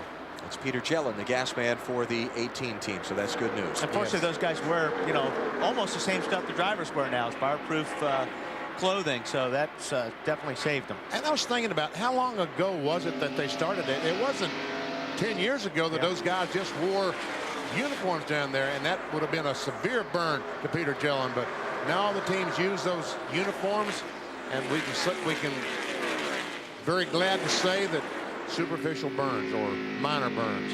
You can catch on fire for a little while. Yeah, exactly. Not get burned too bad. Watching Tony Stewart work on Rusty Wallace for 10th spot. Kurt Busch got by Rusty a minute ago. And now maybe the fender problem is going to start to show themselves. Yeah, that car's got to be tight. I would be very surprised if that 2 car doesn't get to the point where he has a hard time turning that car because it's going to be pushing. It won't turn in the corners. You know, we haven't talked about Ward Burton, that 22 car, much today, but he started back in 26th place. Here he is taking 11th spot away from Rusty Wallace. That's a pretty solid run. Hey, Frank. Marty, what's those guys saying down the 22 pit? He busted up the Golden Betty. That's why he got all the good luck, BP. It had all the good luck inside of it, and it brought it all out to Frankie and those guys. Seriously, the car, very good for Ward Burton, and they have been excellent all day long. Starts a little bit loose, and that's what you want here because he gets tighter the longer he runs. Really comes to him, Bill. Concern in the pit of Dale Earnhardt Jr. A few laps ago, right after the restart, he said, sounds like I might have a miss in the engine. They talked about changing over to the second ignition. They decided not to do that. He tried to explain the sound. He held the mic open on the radio when he went along the front stretch. The spotter says it does sound like it could be a valve spring going bad. But so far, he stayed out there. Hasn't said much the last couple of laps, but they are watching this car very closely. Hey, Bill, I wonder if maybe that front fender caught the headers when Rusty and that 8 car got together and maybe loosened up the pipes a little bit, and that's what the sound may be. That could be a possibility. Obviously, while they're just trying to listen to Earnhardt, now talking about the battery and the alternator as well. They want him to look at the voltmeter to see what it says. He says it reads about 14 or so, but a lot of concern with that car and that drive. That is if the pipes are coming out the right side. I can't see it. I think they are, that the tailpipe's coming out. Voltmeter's still up, I get it off top of that. But if it helped, it would just leave it off. Because where those guys hit is right where those headers or the tailpipes come out, and if you do some contact there, it may loosen something up. And it will change the tone of the engine, which makes the driver feel like that you've lost a cylinder. How about Greg Biffle, 3rd place in that 44 car? Good run. What a job. And Jimmy Johnson working on him. I think Allen put the curse on the Greg Biffle car because that 48's fast right now. Allen puts curses on a lot of things around here. The line that popped into my head was mostly my own career sitting next to you, but that's okay. In all seriousness, Kyle Petty has talked for a year and a half anyway about rebuilding Petty Enterprises a little bit at a time. Here's one of their cars running well all day long here at this racetrack, and what a way to cap the season it would be for them. And Biffle had a good run at Rockingham when he drove that car. He was running, I don't know, top 15 and ran out of gas with 2 laps to go or something. Look at that 48 car. That was a moment. That was a moment. Glove And he's save. been doing that every lap. He's been doing that every lap, getting down on that apron. I just wonder if his car's not tight and he's doing that on purpose. Now, Biffle was under that white line all day yesterday in that Busch car. He made it work for him in that Busch race. He still is in the Winston Cup race. I see as he came on turn 4 completely on the apron. Joe Nemechek is absolutely running away from the field after this restart. He is 4.5 seconds ahead of second place Dale Earnhardt Jr. The only guy that can stay with him is Johnny Benson, the first car a lap down. Joe Nemechek's team telling him he's fastest on the racetrack. Car's driving good, guys. Just trying to take care of it. You guys been doing a great job in the pits, too. Joe, nobody can run with you, buddy, unless they make some unbelievable adjustments. You just take care of that thing. I know we got to get 4 tires here sometime, but he's driving good.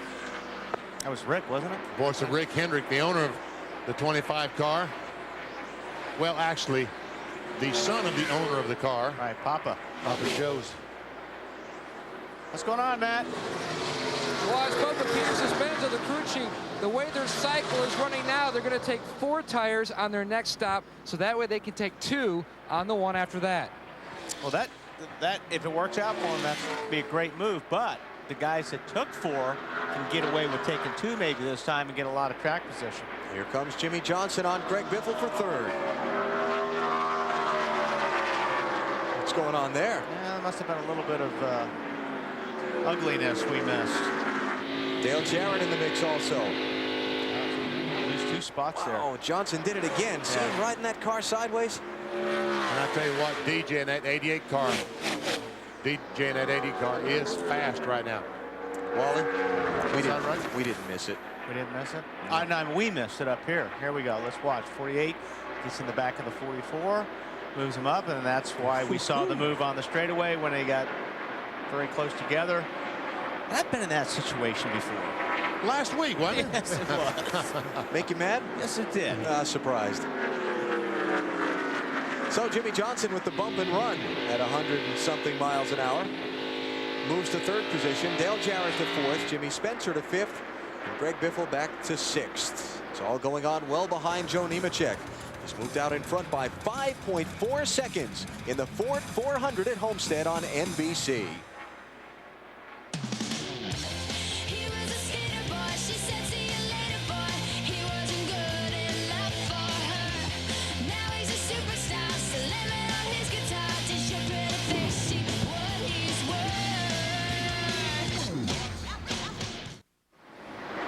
Under green, 124 laps on the board.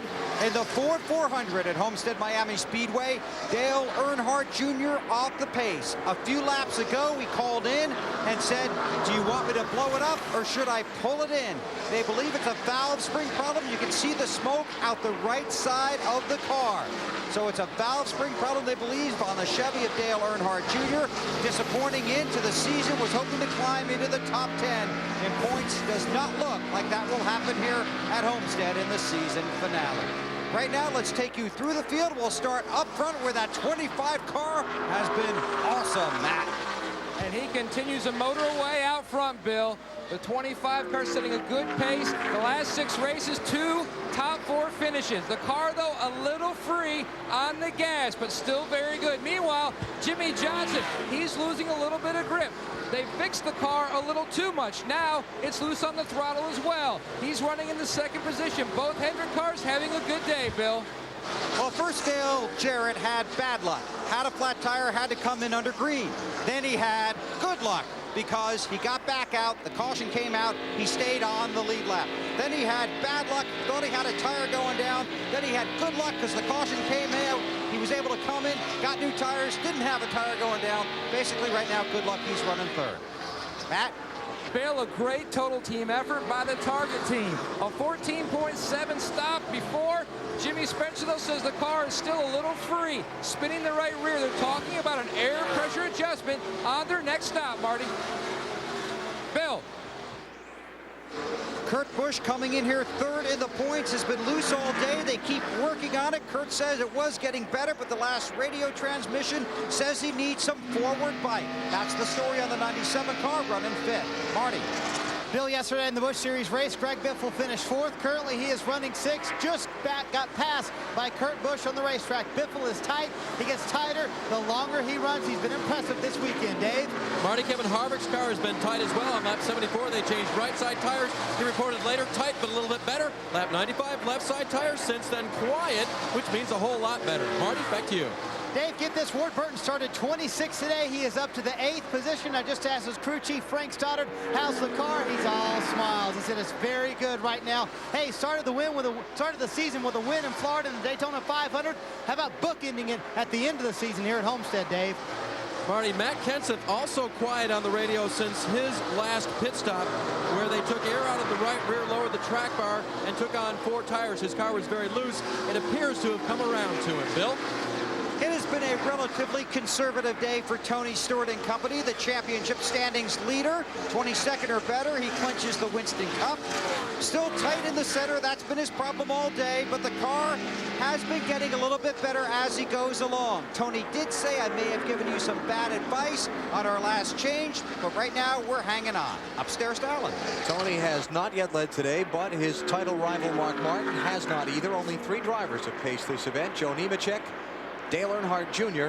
and Kurt Busch, the only guys who've been out in front. 25 cars on the lead lap now. You saw Johnny Benson pass leader Joe Nemechek. Let's continue going through the field and check on 11th place, Bill Elliott. Bill? Alan, this team on the radio made it very clear they are on a mission today. They have a new front tire carrier and tire changer. Their stops have been good. Bill Elliott running 11. Matt? Mike Wallace started the day in the 20th position, currently running 12th. They've continued to adjust that race car. In their last stop, they took on 4 tires, not 2. The car, though, still a little loose, but it's good, Bill. The question now, Matt, is how long can Dale Earnhardt Jr. stay out there if indeed it is a valve screen going bad, because 1 usually leads to 2, and then maybe a couple of more. Was second just about 10 or 12 laps ago. He's fallen off to 13th. Marty. Bill, the next guy to swallow up Dale Earnhardt Jr. will be Ricky Rudd. Took 2 tires on that lap 93 stop. He is loose off. That made that condition a little bit worse for Ricky Rudd. This is the same car that nearly won the race at Pocono in June, Matt. Another good flat track drivers, John Andretti in the Petty 43, currently in the 15th position. They've gone back and forth on adjustments all day. In fact, in their last stop, after a 4-tire change, they made both a wedge and track bar adjustment. John says the car is good now. Track position's hurting them the most, Bill. Been a quiet day for Ryan Newman, and that's really not what they were hoping for. Currently 16th, came in 7th in the points. Remember, he could move as high as 3rd, only 23 points out of the 3rd place position held by Kurt Busch at the beginning of the day. Not much out of him in the last few laps or so. Hanging on to 16th, would like to pick up the pace. Marty. Bill, Elliott Sadler running in the 17th position, having another solid weekend. He has been fighting tight end, loose off all day long, but the adjustments they made on the last stop have indeed worked. Elliott has not complained about the car at all, coming off a solid 10th place finish at Phoenix, looking for another top 10 today. Behind him on the track, well, there's a new leader on the racetrack, Alan. Jimmy Johnson has caught Joe Nemechek in a big hurry. And just blew right by Nemechek. So, yes, Joe Nemechek told Peter Suspenzo, pretty soon we've got to get left sides. Yes, next time they make a pit stop, I guarantee you they better get some left sides. Marty? BP, let's update you on the 2nd place man in the championship standings, Mark Martin, currently running 18th. The highest Mark has been today is 15th. They have now gone too far with chassis adjustments on this car. He's been fighting tight all day. Now Mark is fighting loose. Matt? And the guy right off of Mark Barnes' rear, Declan, and now makes the move to take the position is Bobby Hamilton Sr. His future really uncertain at this point. Racing for 2003, hoping to land someplace. They took on 4 tires on their last stop. Marty, the car has gone to the tight side. Jeff Burton is in the 20th position, Matt. Now his teammate next car to pass is his teammate Mark Martin. He has been fighting a loose race car. He says now turning worse than it has all day long. Jeff Burton has finished twice in the top 5 here in his 3 Homestead starts. He's got a lot of work to do if he's going to finish there today. What a great run for Ted Musgrave. Just finished 2nd in the Craftsman Truck Series Championship, running in the 21st position, staying on the lead lap. He, like many, many cars, fighting in tight condition, but they got a pretty good race car. Now he's threatening to pass Jeff Burton, trying to take him on the outside, Dave. Marty, Jeff Gordon got his lap back on the lap 94 caution. He radioed in on lap 20 that the car is still pushing from the middle and no drive off the corner. So it's still a struggle for Jeff, but he's back on the lead lap. Matt? Dave, one driver complaining that the 2-tire move did not work for him is Rusty Walls. He says he wants to go 4 on the next stop. They need to adjust. The car just way too free. They're going to make an air pressure adjustment in the right rear, Dave. Kenny Wallace, another car that was able to get around the leader and distance himself. He's now near the tail end of that lead lap. He was tight at the start of the last run, so they changed 4, made an air pressure adjustment. The problem he hasn't been able to solve, picking up the left front tire a bit because there's so much rebound in the right front shock. Marty? Well, for all the struggles they had in happy hour yesterday, Johnny Benson's team not doing too bad, although they just go down a lap here recently in the last little bit. Benson 2 weeks removed from his win at Rockingham. They've been fighting a tight race car all week long, and you see Steve Park going underneath them right now, and they are again just now going 1 lap down. So there's how the field stands at this point. 23 cars on the lead lap, and Jimmy Johnson is out in front. And check out the pass for the lead once again. Well, he was gaining about a second a lap on Nemechek, it seemed like, but he came off the second corner, and Nemechek couldn't go up the racetrack just exactly the way he wanted to. Had to check up off the throttle a little bit behind Steve Park. Jimmy Johnson took advantage and just blew right by. You know, the last 2 times he's been on pit road, Joe Nemechek did not change left side tires, so he just might be completely out. Yes, I dare say he will remedy that situation next time. And we're only maybe 15 to 20 laps away from another set of green flag pit stops if we don't see the caution. So let's take a break. Nemechek just gave up 2nd to Dale Jarrett. They're about 2.5 seconds behind Jimmy Johnson, just past halfway in the Ford 400 at Homestead.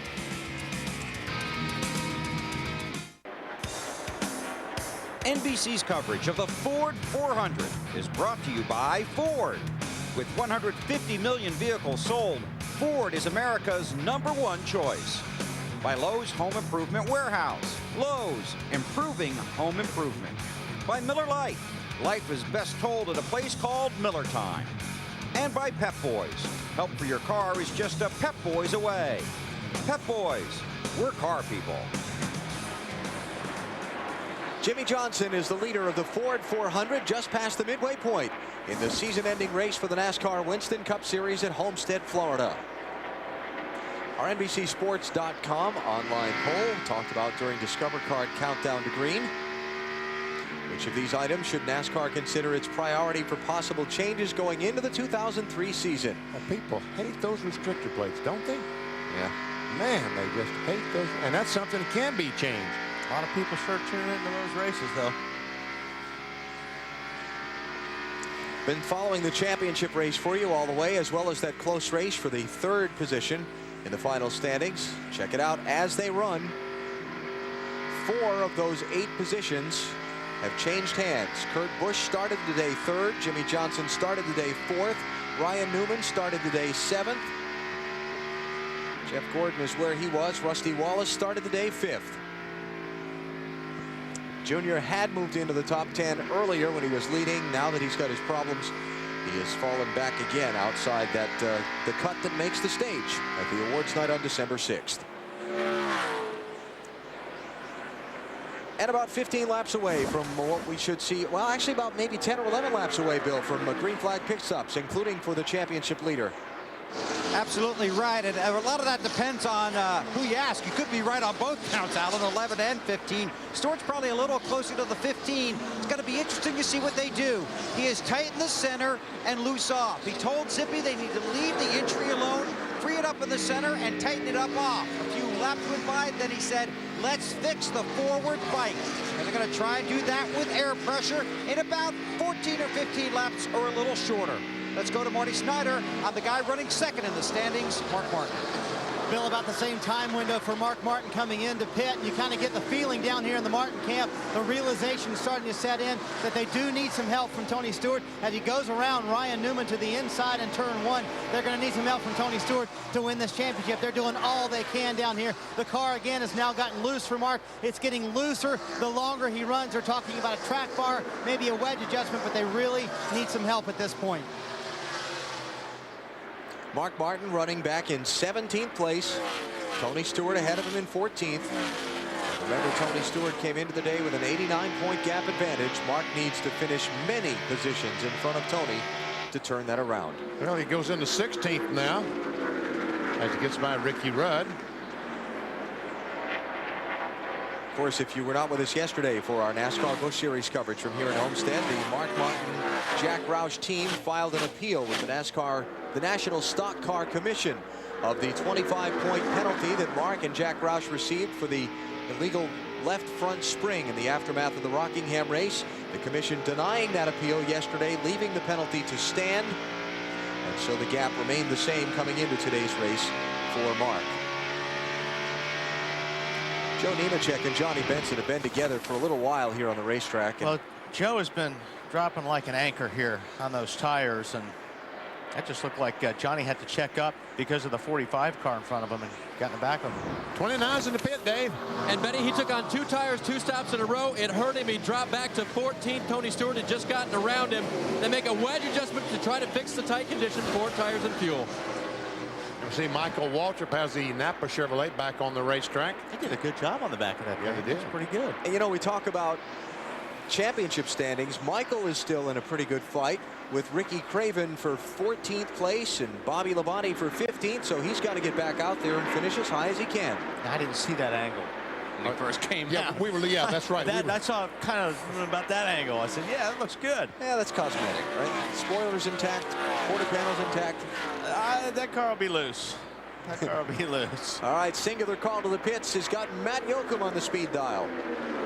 And now the 25 making its long way down pit road. He'd gone 2 straight runs on those left side tires. This will be a 4-tire change. They're short pitting. They just felt like they were losing way too much track position as Nemechek makes his way in. Remember, 2 years ago, this team won the season finale, hoping to do it again. Nemechek came in this car back in May 15th. They're starting to show a lot of promise. The car, though, a little free. They're going to also adjust with air pressure as they come around to the left side of the car. 3 Busch Series wins here. They pull a tearaway off. That was one complaint that he did have about the race car. He just had a hard time seeing. Hey, Matt, you got to find out if those left sides had any tread at all left on them. Rusty Wallace in. What if they're not going to be able to do, Matt? And the Blue Deuce in, 4-tire change. They adjusted this race car with air pressure in the right rear. Rusty told Billy Wilbur the crew chief, just way too free. And what you were starting to say is that they're not going to have a chance to fix that fender under the green. Check this out a second ago while we were watching those pit stops. Bobby Hamilton goes by Tony Stewart, and here's Mark Martin coming up on the inside. He drives by Tony Stewart. So Martin up to 12th. Marty? Greg Biffle having a strong run now, and wow, he hit Kim Schrader, had to slam on the brakes to avoid from hitting Greg Biffle. A little tight for Biffle, and they had to take some wedge out of that car for Biffle, trying to loosen him up, having a great run in the top 10. Tony Stewart is falling like a stone here on these last few laps on this set of tires. He's just been passed by Bobby Hamilton, Ryan Newman, Ted Musgrave, and Ricky Rudd. Yeah, they need to come in now because he's losing way too much track position right now. So they really need to get that car in and get some tires on it as quick as possible. And Jeff Burton just went by him. There goes Elliott Sadler by him. Those are all for positions. Hey, Bill, they're not worried about trying to get to a window where they can make it on one more stop, or is there something wrong with this 20 car? Just the handle has gone away, Benny, talking about it on the radio, but leaving him out there. Don't want to take a chance on getting caught by the caution flag. Working it out between Zipadelli and Stewart. Well, with the pad that he's got on Mark Martin, that's not a bad call. Matt, what about Jimmy Johnson? Well, Chad Canals Jimmy's crew chief just told him, you keep doing what you're doing. Everyone is trying to short pit us, but we are still all right. The car looks good on the stopwatch. So that's exactly what they're doing. They're going to try to go to the edge of their window for this run.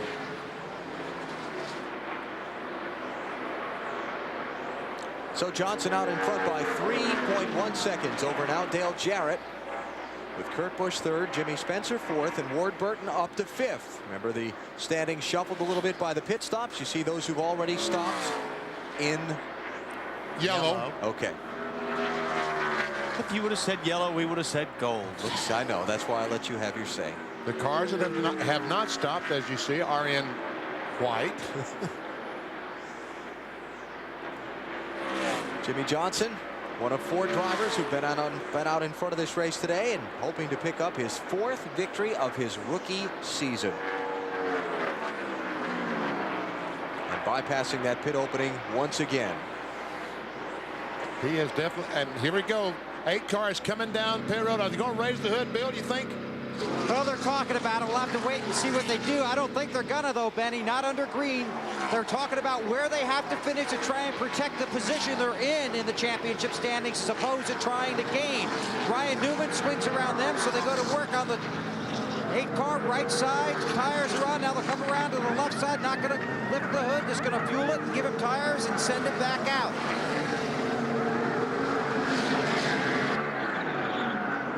Ryan Newman in. Ward Burton is in. Ricky Rudd, Jeff Burton. There's Jeff leaving in the 99 car. He's already had his service. Marty? Ward Burton very happy with his race car. 4 tires, no changes. Boy, he slides it out of the pit road, flying down pit road. Great car right now for Ward. Running in the top 10, trying to get to the top 5. Better not go too fast. Yeah. 45-mile-an-hour pit road speed limit today. What Marty Mitz says, he blazed up to 45 miles per hour. Matt. Benny, Jimmy Spencer, he was running in the 4th position, started the day 3rd. A great run for this team. Great stop so far over the wall. Darren, the alligator wolf, goes to work on the front. Randy Cox in the back. No adjustments to Marty. Mark Martin has made his way up to the 9th position on that run, Matt. Again, the car is loose. He was tight earlier. They're going to go halfway back on the adjustments they made to start the race. 1.5 rounds back in the right side, trying to tighten up Mark Martin. Left side tires go on. He's off the racetrack. Another great stop, Bill. Tony Stewart has an opening in the pit wall in front of his stall, so it's easy in and he'll get easy out because the 12 is already come and gone. Chassis adjustment, wedge, track bar, air pressure. 2 laps ago, he said this car is just awful. Big changes. That could be the stop that decides the Winston Cup Championship. Good pit stop. I mean, under the kind of pressure those guys were under, that was a terrific pit stop. He's given up some track position to Mark Martin. We'll see how it works out now that their cars have been adjusted and they're on fresh tires, and they can go out and race head-to-head. But remember, Mark needs to finish a good chunk in front of Tony to have a shot at this championship. Jimmy Johnson still is not pitted. He's the leader. Dale Jarrett has not stopped yet. Kurt Busch has not stopped yet, nor have Matt Kenseth, Bill Elliott, and Ted Musgrave. They are the first 6.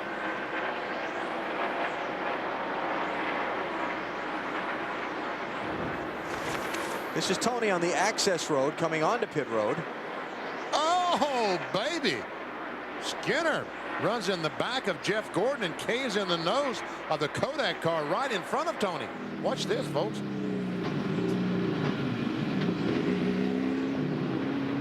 Wow. Dave. Well, when they finally did come in, the 24 car put the track bar down. He's still loose and took on 4 tires. But yeah, Mike Skinner into the back of the 24, and Skinner's damage much worse than Jeff's. Jimmy Johnson, leader, finally decides to make a pit stop about 10 laps after most of these cars stop. And Dale Jarrett, the 2nd place cars following him on that access road and now onto the pit lane. So that's what, hey, great. Battle on pit road for the lead. That's what we like to see. Come on, guys, pump it up. Here comes DJ. All right, Matt, 48 coming to you. Well, Benny, this will be a race on pit road. They're going to make a chassis adjustment on the 48. Remember, they've had some tough luck on their stops of late as they make a track bar adjustment. He needed a little bit of help up off the corner. Needed forward bite, Bill. Just a couple of stalls in front of you, Matt. The 88 of Dale Jarrett getting 4 tires and fuel. Been very quiet on the radio. They had to take 4 tires on this stop. Just took 2 on the last one. He's on his way. Kurt Busch in this time, guys. I mean, it said 19 seconds on DJ's, but there's no way because he had as good a pit stop as Jimmy Johnson's car. Actually, Jimmy Johnson had problems on the left rear there. Yeah. Kenseth the same. Kurt Busch is in. Dave? Matt Kenseth's crew still chasing a loose condition for him. Another bit down on the track bar for him. 4 tires and fuel. Championship pit team has him gone, Bill. Here's Kurt Busch with a little different paint scheme this week. Right to the front of that pit box. Around to the right side. 4 tires. They will make a wedge adjustment. Remember, he's been a little bit loose throughout most of the day. Trying to tighten him up. Make the wedge adjustment. Left side tires coming off. Now new left rubber going on. Fuel. He goes.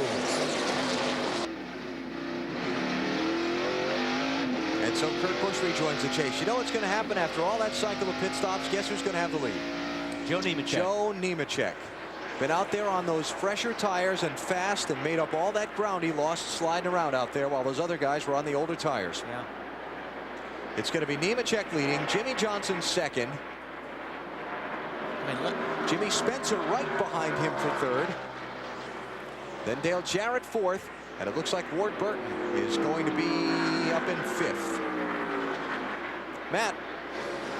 Alan, a good update from pit road from the 18 pit. Peter Jellin back from the hospital. He's a 2-time championship crew member. He doesn't have his fire suit on. He's not gassing the car any longer today. He will be back next year, but he is still here working in the pit, helping the guys, the fill-in guy now, who will be gassing the 18 car with the gas cans. Good news, you can see he does have his neck wrapped, but good news to see Peter Rabbit back at work. Attaboy, Peter. Back to work. We are slacking off a little bit. Check out Jimmy Spencer. Trying to get second place away from Jimmy Johnson. Talked about it a little earlier. Spencer looking for work for next year. He was told, a week and a half ago that he's out of this 41 car after this race today. And it's pretty late in the ball game to be hunting a new ride for next year. Yes, it certainly is. And I tell you what, Dale Jarrett, I'm going to use a line someone told me yesterday, but DJ behind should be careful because there's going to be resumes coming out the window of that 41 car. One may get stuck in the grill of the 88. I tell you what, he's got a great run going.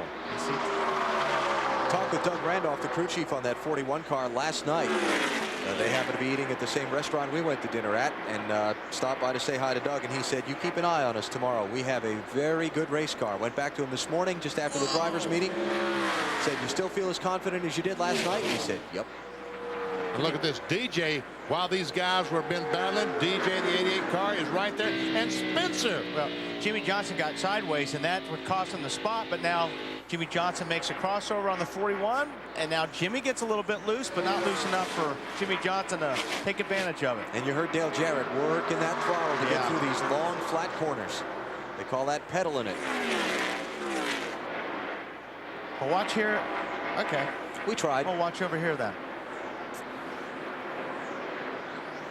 Jarrett to fourth, Johnson back to third, Spencer to second, Nemechek clear of them by 3.4 seconds. Didn't Dale Jarrett tell us yesterday in our happy hour show that he was embarrassed last year that this car ran so poorly? Yes. And they tested here, determined to come back and run better.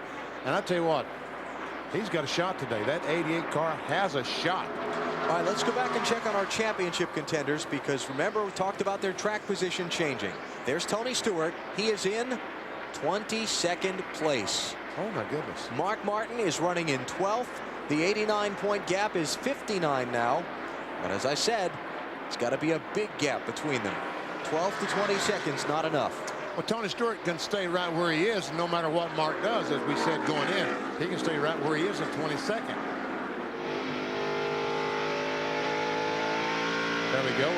Tony Stewart, if he finishes 22nd or better, no matter what Mark Martin does, he's going to win. Mark's got to lead a lap to get 5 bonus points. And Mr. Mark hitting that rev limit. Yeah. And since there's already one car out of the race, Dave Blaney, Tony could not finish 43rd. So if something were to happen and he were to finish 42nd, Mark still needs to finish 12th or better to win the championship.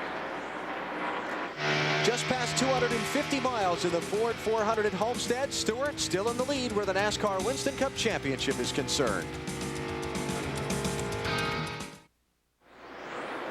Arena football ought to be something you'd like a lot, Wally. I mean, guys in confined spaces, hitting walls sometimes, bouncing off each other. Are you doing some of that? Yes, I am. Are you going to be close to the field at any time? Depends on the arena. Well, if they get you close enough, I'll watch. Yeah.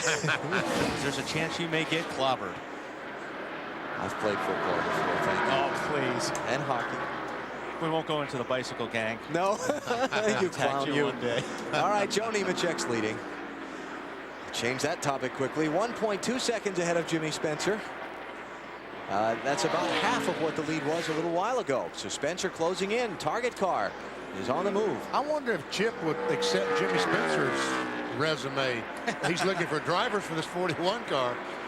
Probably plant it right in his forehead after this race. Meanwhile, sliding backwards, one Rusty Wallace, and the bid for the extension of the winning streak, 16 consecutive years, is not looking good.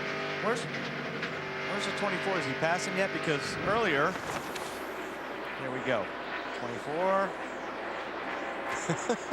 And there's the finger out the window, and you gonna get it from me again. Ooh, can he get there? Yes, he did. And Elliott Sadler will go by them both and say, while you boys play. Yeah. Can't we all just get along? That's what Michael says. It's been a year-long thing with those two. Yes, it has. A couple of years long, actually. Yeah, longer than that. Rusty with the left front fender damaged earlier in the race. It's really affected the handling on his car, Matty.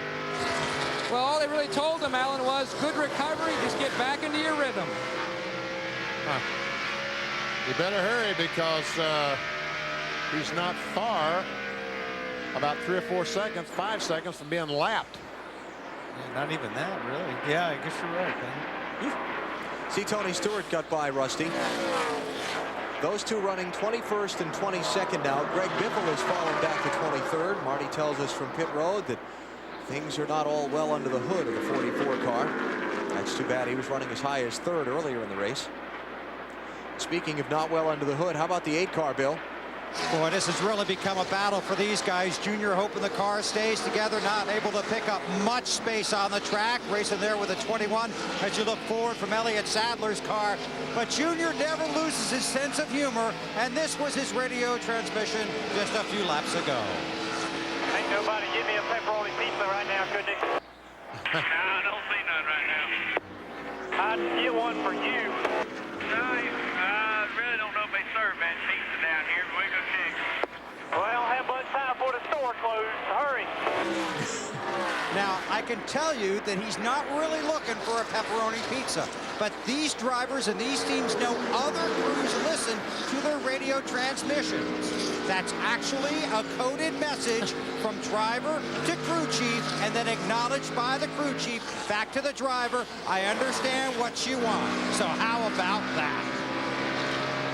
Boy, oh boy, you'll believe anything, Weber. That's the truth. Now, come on. Wally, you never use those kind of things? No, I never did. Never. And you, BP? All he wants is a pepperoni pizza. He's hungry. That's all he's saying. Nah, Wally, you just think they're clowning around, don't you? Bill, the eagle has landed. You're supposed to say something back like, the shoes were a deep, dark blue. I know. Look at this. Mark Martin in a great fight for 10th spot with John Andretti and Jeff Burton. What happened to that room they were going to give earlier?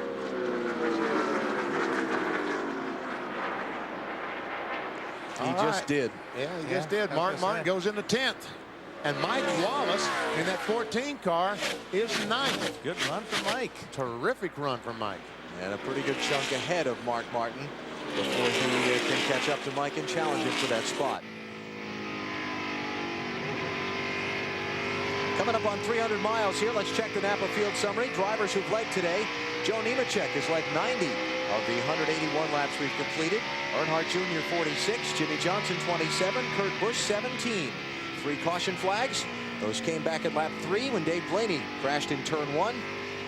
Debris in turn 1 at lap 75. Then Michael Waltrip crashed in turn 2 at lap 94. Only car out of the race is Blaney.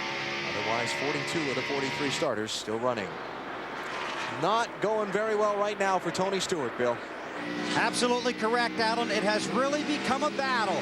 Tony says the tires have quit already. His last radio transmission half a lap ago, that's all she's got. Now here's where they might be getting some help. The 20 car obviously is a team car of the 18 of Bobby Labonte. Today, the 18 has become a test car for the 20.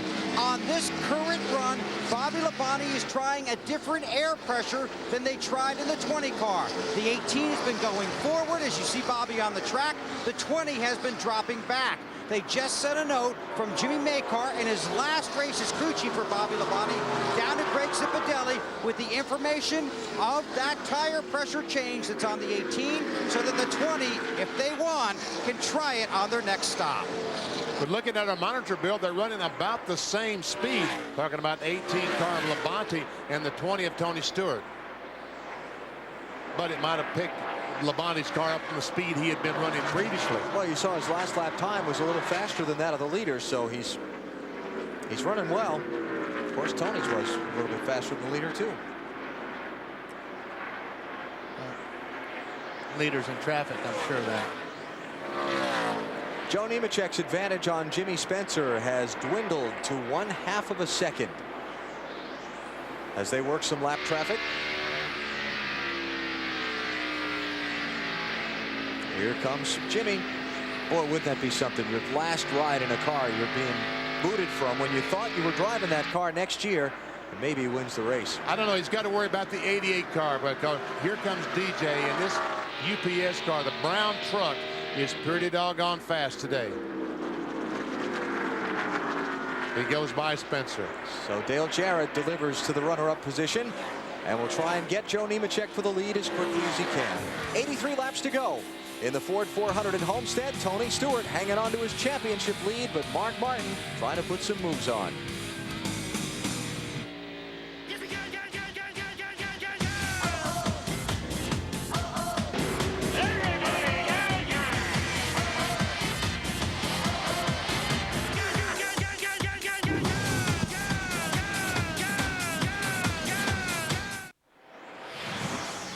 Time for Wrangler 5-star finishes. For today, we look back 1 year ago.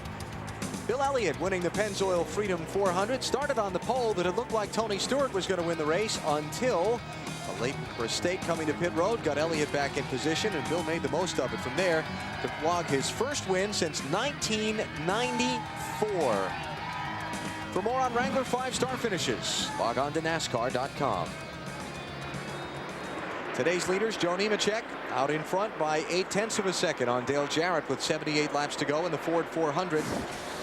Jimmy Spencer, who was running third, is now running 6th. Problems on that 41 car. Matt, what do you think's going on there?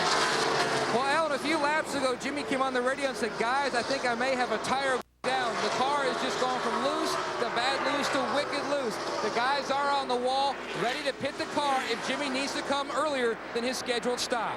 I will concur with Jimmy. That is wicked loose we're watching right there. Jimmy Spencer has big hands, but he's got both his hands full trying to keep that 41 car going straight. Mark Martin trying to go forward. Well, he's trying to get around the lap car, Jeremy Mayfield, BP. Actually, he's lost a spot. Jeff Burton, his teammate, went by him a minute ago, Marty. Alan, he continues to run in the top 10. You see points as they stand right now. 56 behind is Mark Martin. He needs to gain a lot more than that. Currently 11th for Mark Martin. I just asked Ben Leslie, how's the car? He said it's just okay. It's not spectacular, just okay. Bill? Working lap 192 of this race. On lap 188, Tony Stewart to his crew, real loose. You see the 25 dash inside of him. Real loose for Tony Stewart as he falls off the lead lap with Nemechek going by. That's big, because if a caution comes out, Tony loses the opportunity to gain a lot of positions back if they straighten the handling on this car out. Yeah, and he's got to restart back in that mess. Now 21 cars on the lead lap. Tony Stewart not among them. Problem for Mark Martin is he needs spectacular. Okay, he's not going to get it done. No, I mean, he's got to have a spectacular run. Today, he's just not been able to do it. And Tony Stewart is just, he's hanging in there where he needs to be.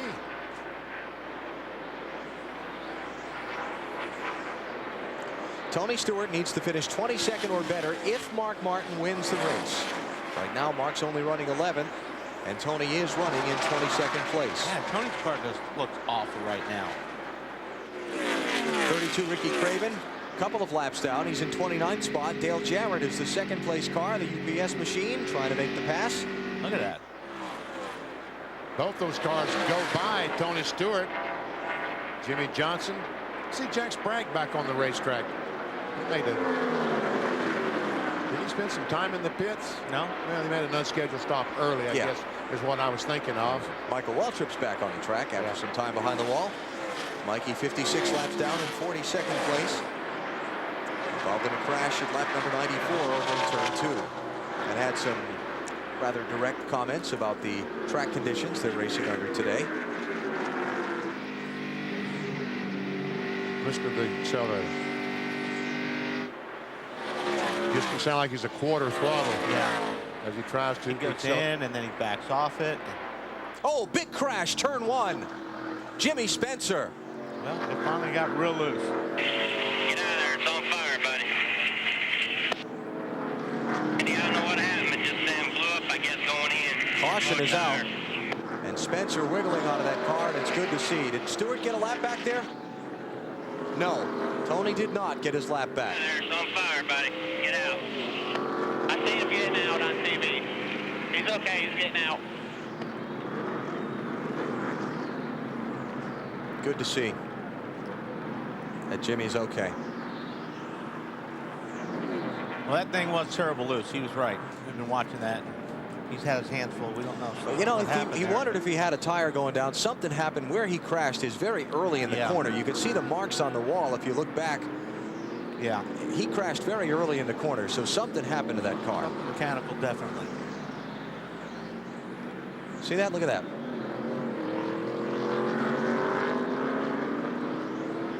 Take a look here. See him coming down the straightaway right there. And that thing just turned sideways on its own. Right rear tires. No. Well, I don't know. Yeah. Yeah, it was flat. Yeah, it is flat. Yep. So he did have a tire going down like he suspected. Oof. Wow, that guy standing there got warm. See that photographer? Yeah. And Greg Biffle did the same thing yesterday. You know, stayed out there with a flat tire, did not crash, but might have cost himself a victory.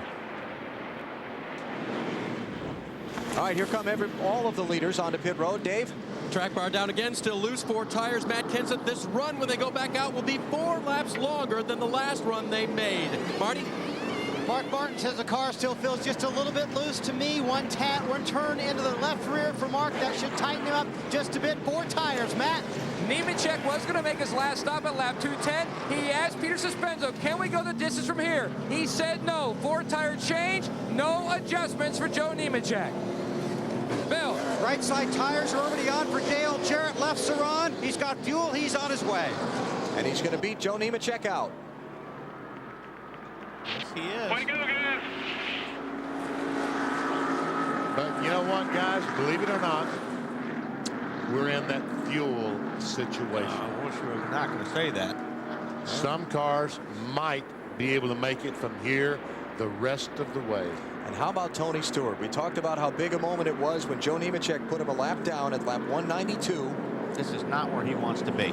Now, by being 1 lap down, the farthest up in the field he can get is 22nd place, unless he can run well enough to get back on the lead lap.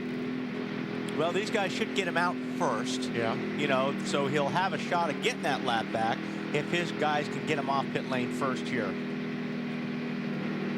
The problem is that Mark Martin is still running 14th. Yes. It's not like he's, you know, Dale Jarrett and leading the race and what have you. He's 14th place car. So these are the cars a lap or more down coming in for their pit stops. Bill? And I'm telling you, for Tony Stewart and for this crew, this trip down pit road before he gets to his stall must seem like it's taking forever. Last radio transmission before the caution, loose, loose, loose. Zipadelli said, hang in there, maybe we'll get a caution. They got a caution, he couldn't get his lap back. Zippy asked him about the car. It's loose in, loose on exit. So they're gonna make a major chassis adjustment along with an air pressure adjustment. Took a long time on that right rear. Looks like they pulled a spring rubber out of there. In fact, it's lying on the track. Come around to the left side, left front's on, bolting on the left rear. He's gonna have to hustle to beat the form, but he will. And Bill said, feels like forever getting down pit road. This day is taking forever. That 20 guys. Just checking things as they shuffle up the standings. Tony could be as high as 20th on this restart because Dale Earnhardt Jr. has been on pit road a couple of times with the hood up on his car. So we'll check where things come out, but no higher than 20th on the restart. Bill, what about Junior? Yeah, they're messing under the hood there. They're trying to change some spark plug, see if that'll help. They think it's still could be a valve spring. Working on that under the hood. Second time he's been here, getting the one to go, I think, this time by. All right, so I was talking about Stewart, no higher than 20th on the restart. Mark Martin off pit road, 7th. Ooh. Oh, he did come off 7th? Yep. Good stop. But it's still not enough for Martin to wrestle the championship away from Stewart. A long way to go, though. Still 70 laps of racing remaining at Homestead. This copyrighted telecast may not be reproduced, retransmitted, or used in any form without the authorized written consent of NASCAR Broadcasting. NASCAR would like to thank all of our loyal fans for your continued support, and we hope you enjoyed today's broadcast. At 300 miles, let's check our Pepsi race recap. Tony Stewart and Mark Martin chasing the NASCAR Winston Cup Championship in the season's final race. Went green just after 1 Eastern time, just into the race. Dave Blaney started 25th, but crashed in turn 1. He's back on the track, then retired for the day. Martin's had his share of close calls. That was racing John Andretti for a spot just inside the top 10. Scary moment on pit road. Bobby Labonte's team with a pit fire. Peter Gellin, the gas man, okay after being treated at the infield medical center. He is back in the team's pit now. Michael Waltrip involved in the day's second crash. Lap 94, no contact from Jamie McMurray there. Michael not happy about the track conditions at that point, voicing that to us earlier. Mark Martin passing Tony Stewart for position on the racetrack as Tony started to slide back into the field. Close call coming into pit road, no problem there for Stewart, but Tony's car, the handling has just gone away. He went a lap down to Joe Nemechek there at 192. That came back to bite him when 4 laps later the caution came out for this hard crash. Jimmy Spencer, who had been riding as high as 2nd in the standings, okay after that fiery exit from the race, but it trapped Tony Stewart a lap down in 21st position while Mark Martin runs in 7th. Breathe in. As you see, Mark Martin right now 43 points behind Tony Stewart. So the picture coming into the day, Tony Stewart, if he finishes 22nd or better, he's the champion no matter what Mark does. But if Mark leads a lap, which he hasn't yet, then Tony's got to finish 24th, or if he leads a lap, I should say, then he goes back to 24th or better. And remember the 25-point penalty that Mark Martin and Jack Roush received after the Rockingham race for the unapproved left front spring. Everybody's hope for the day, for the clarity of this championship, is that the gap is 25 or greater if Mark loses at the end of the day, so that doesn't hang over Tony Stewart's championship and Mark Martin's loss if that's the case. And I tell you what, these jet are still out there trying to get this debris, rubber, sand off the racetrack. Look at all that rubber up right up there in the corner. A lot of rubber. And it's taking, these cars are riding around under the caution flag, and I'm telling you, we're getting to the point that some cars are going to try to make it on the fuel they have in their cars and not stop. And most everybody will come in probably want to go, don't you think, and top off. There are some coming off pit road now that just did stop and top off. Matt Kenseth, Kevin Harvick, Ward Burton, those are all lead lap cars. They just stopped and topped off the fuel. The stops were with 71 laps to go. This is with 66 to go right now. And they're going to get the 1 to go signal when they come back. So then we'll see how many more come in and top off. I'd always wait to the last second. Okay, well, these guys right now, they've got to make a choice. Entrance to pit road is right now. If you're going to try to make it on, you got to stop. Well, okay. Jarrett didn't. Mark didn't. Nemechek didn't. No, Martin stayed out. Who's that coming? That's Ricky Rudd. How about 25 car, Matty? A lot of debate down in the 25 pit. The legendary Ed Goza, the chief mechanic, and Peter Suspenzo talking about what to do. They finally, after doing some calculations, realized they are not going to be able to make it even if they top off. They're going to stay out and hope for a caution. Wow. Okay. It's going to be interesting, Bill. And right now, the conversation going on, the back of Jimmy Maycar talking to Greg Zipadelli in the brain trust of Tony Stewart's Home Depot Pontiac.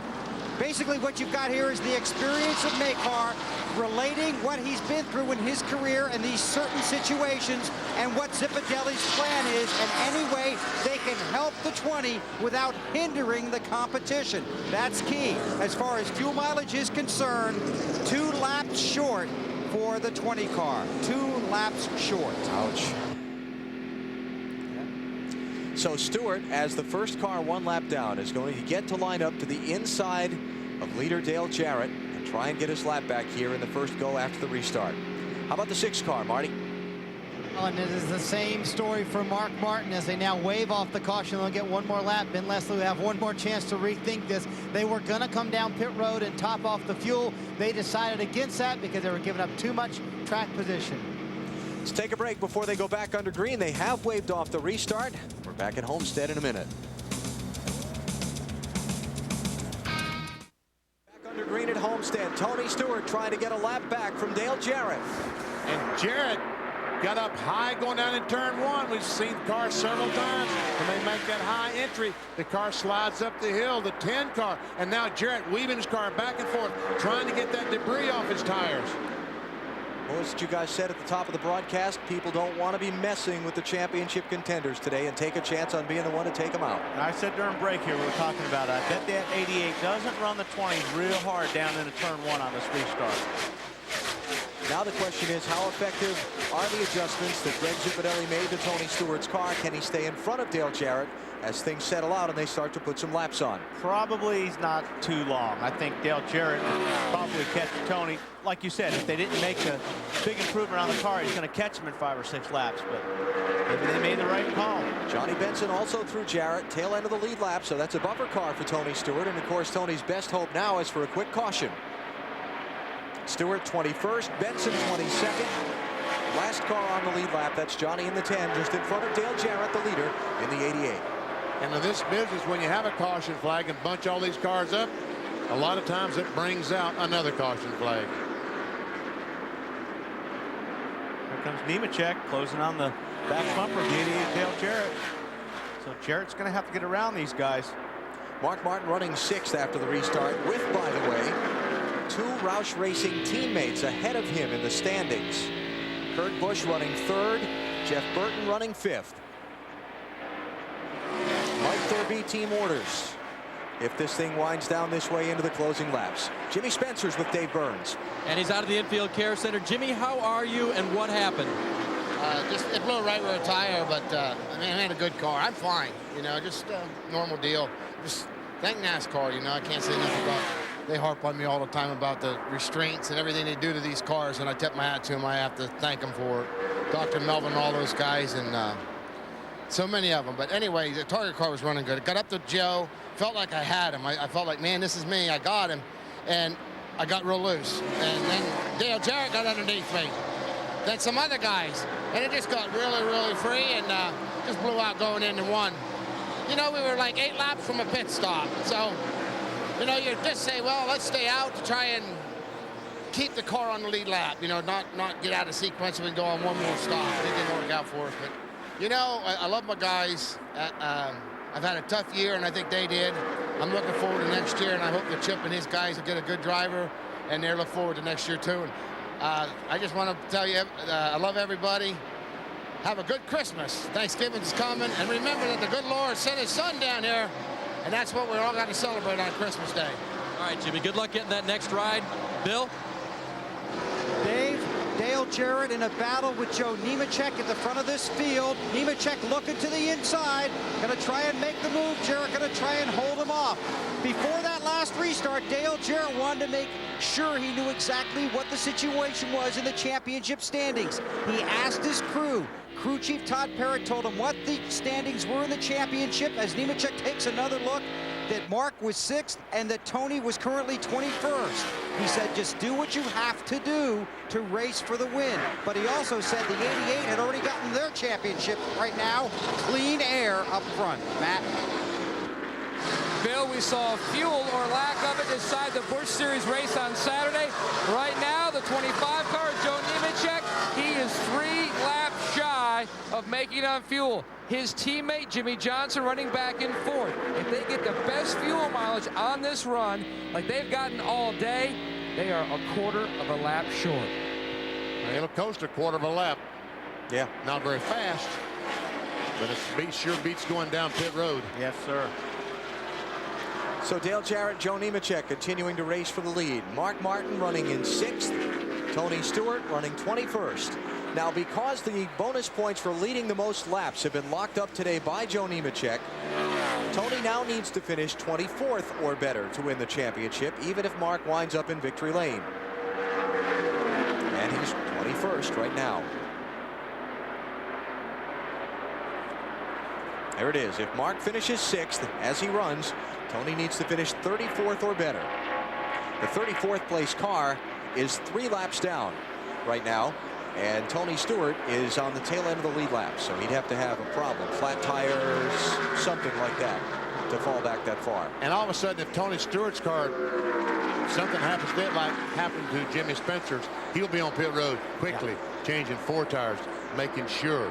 Well, the other side of the thing is, too, boy, the fuel mileage could really jumble up the finish order. Yeah. This could be one of, if this unfolds like the finish of yesterday's NASCAR Busch Series race, where there are people running out of gas all over the place in the last laps, we'll have to wait till the race is over to figure out who finished where and see where the whole championship is. And believe me, I said this yesterday, but yesterday was the proof.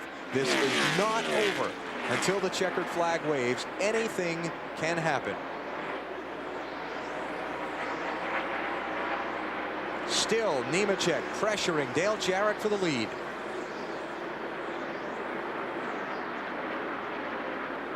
Marty. Obviously, Mark Martin has to catch his teammates that are in front of him. But Ben Leslie, if you do catch your 2 teammates in front of you, will they pull over and let you pass? I doubt that. You know, we've got sponsor agreements and everything else. They're going to race us just like every other team. Probably won't take too many unnecessary chances racing us real hard, but nevertheless, they're in it to do the best job they can also. How close are you on fuel? We're probably going to be 2 to 3 laps short. And that's why they decided not to come in and top off, because even if they did top off, they were still going to be 2 laps short in the 6th car. But he's running a lot better than he's been all day long.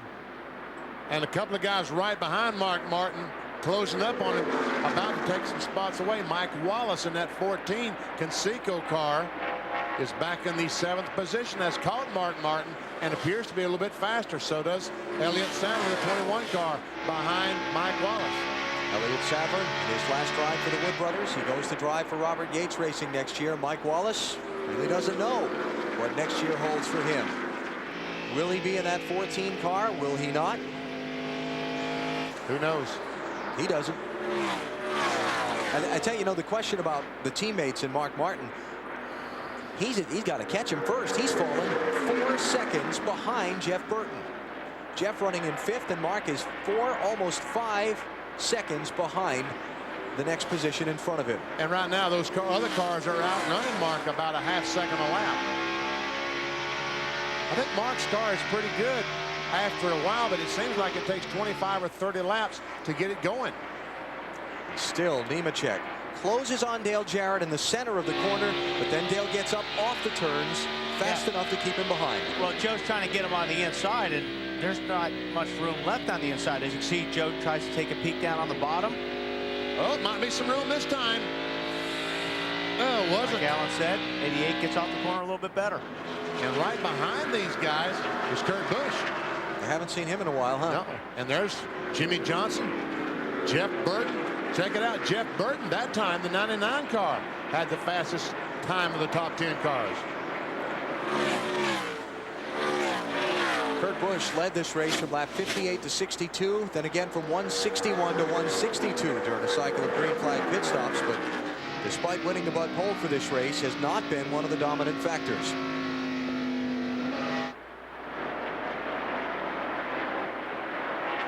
They are in the grass practically. Oh, they are. Elliott Sadler looking outside of Mike Wallace, who's looking around Mark Martin. And again, this is for 6th, 7th, and 8th place. Elliott's taking a look. He's there. Oh. Wow. mean, Mike Wallace does not want to give that spot up too easily because Jeff Gordon's back there as well. Now Mike's going to try it on the outside of Mark Martin. And he's got the run. Get it done, yeah. Mark trying to protect his spot. Drives it in. Nope, not enough. And here comes Elliott. So Mark needs spectacular. He's getting struggling right now. Drops him from 6th to 8th in that one lap. 24 car Jeff Gordon's going to try and take a spot too. Remember, Jeff got a lap back. He had fallen a lap down earlier in the race.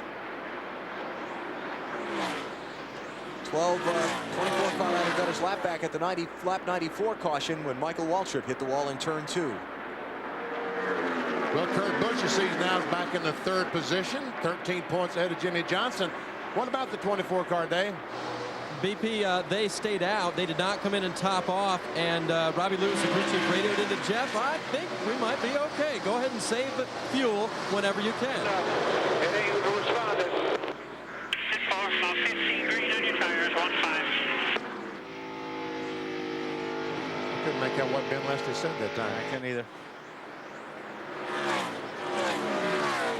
John Andretti coming up behind Mark next to try and challenge him for the 9th spot. So after that set of pit stops, things not going very well for the 6 car. And that's tough because this is the stretch run to the finish of the race when he needed to be his best. Marty, got more on Mark? Yeah, I just want to tell you guys exactly what Mark said. I just confirmed with Ben what he indeed did say, that the car is just too loose at the beginning of the run. But this has been the characteristic of Mark's car in the last half of this race. Loose to start, but it gets better the longer he runs. You're exactly right, BP. It tightens up real nice for him at the end of the run. That could play to his favor at the end of this deal. There's the gap. It was 89 to start the day. Mark is running 9th. Tony Stewart's 21st. And if a caution comes out now while Tony's in front of the leader, Dale Jarrett, he's going to come back and have the chance to gain a lot more positions in the closing laps. Now, 3 cars topped off on that caution before we went back to green. 17 car Matt Kenseth is the one who's running farthest up front of them. 15th in line now. 14 seconds behind the leader. And he doesn't have to move anywhere if this race stays green, because if he can make it to the finish on the gasoline, he goes to the front when everybody else in front of him stops. That's right. Dave, can he make it the rest of the way? They will be close. They knew they couldn't, because when they pitted, they were about 4 laps shy of the run they had made previously, 68 laps. Now, as we get a battle for the lead, and it looks like Joe Nemechek's finally going to get underneath Dale Jarrett as they head to turn 1, guys. But anyway, Matt Kenseth, it will be close. I think they can go. If he does, he might steal the win. My guess is they're going to try. Otherwise, they would not have come down pit road and given away all that track position. So Joe Nemechek back out in front. He's led 106 of the 224 laps that we've run today. He's been the dominant car. Marty, what's this about Jeff Burton? Yeah, not so fast about his teammate Matt Kenseth. Jeff Burton may be sitting the prettiest of them all. In 5th position right now, Paul Andrews tells me, yes, we can go all the way on fuel. They needed 9 laps of caution last time. Guess how many laps of caution there were? Oh, and the 17 car is blowing up. Matt Kenseth. Well, so much for that. No caution, though. Even though he left a little stream of liquid behind him on the access road. He got off the racetrack pretty quick. You can see the oil. Yeah. Now here comes Jimmy Johnson on Kurt Busch for 3rd.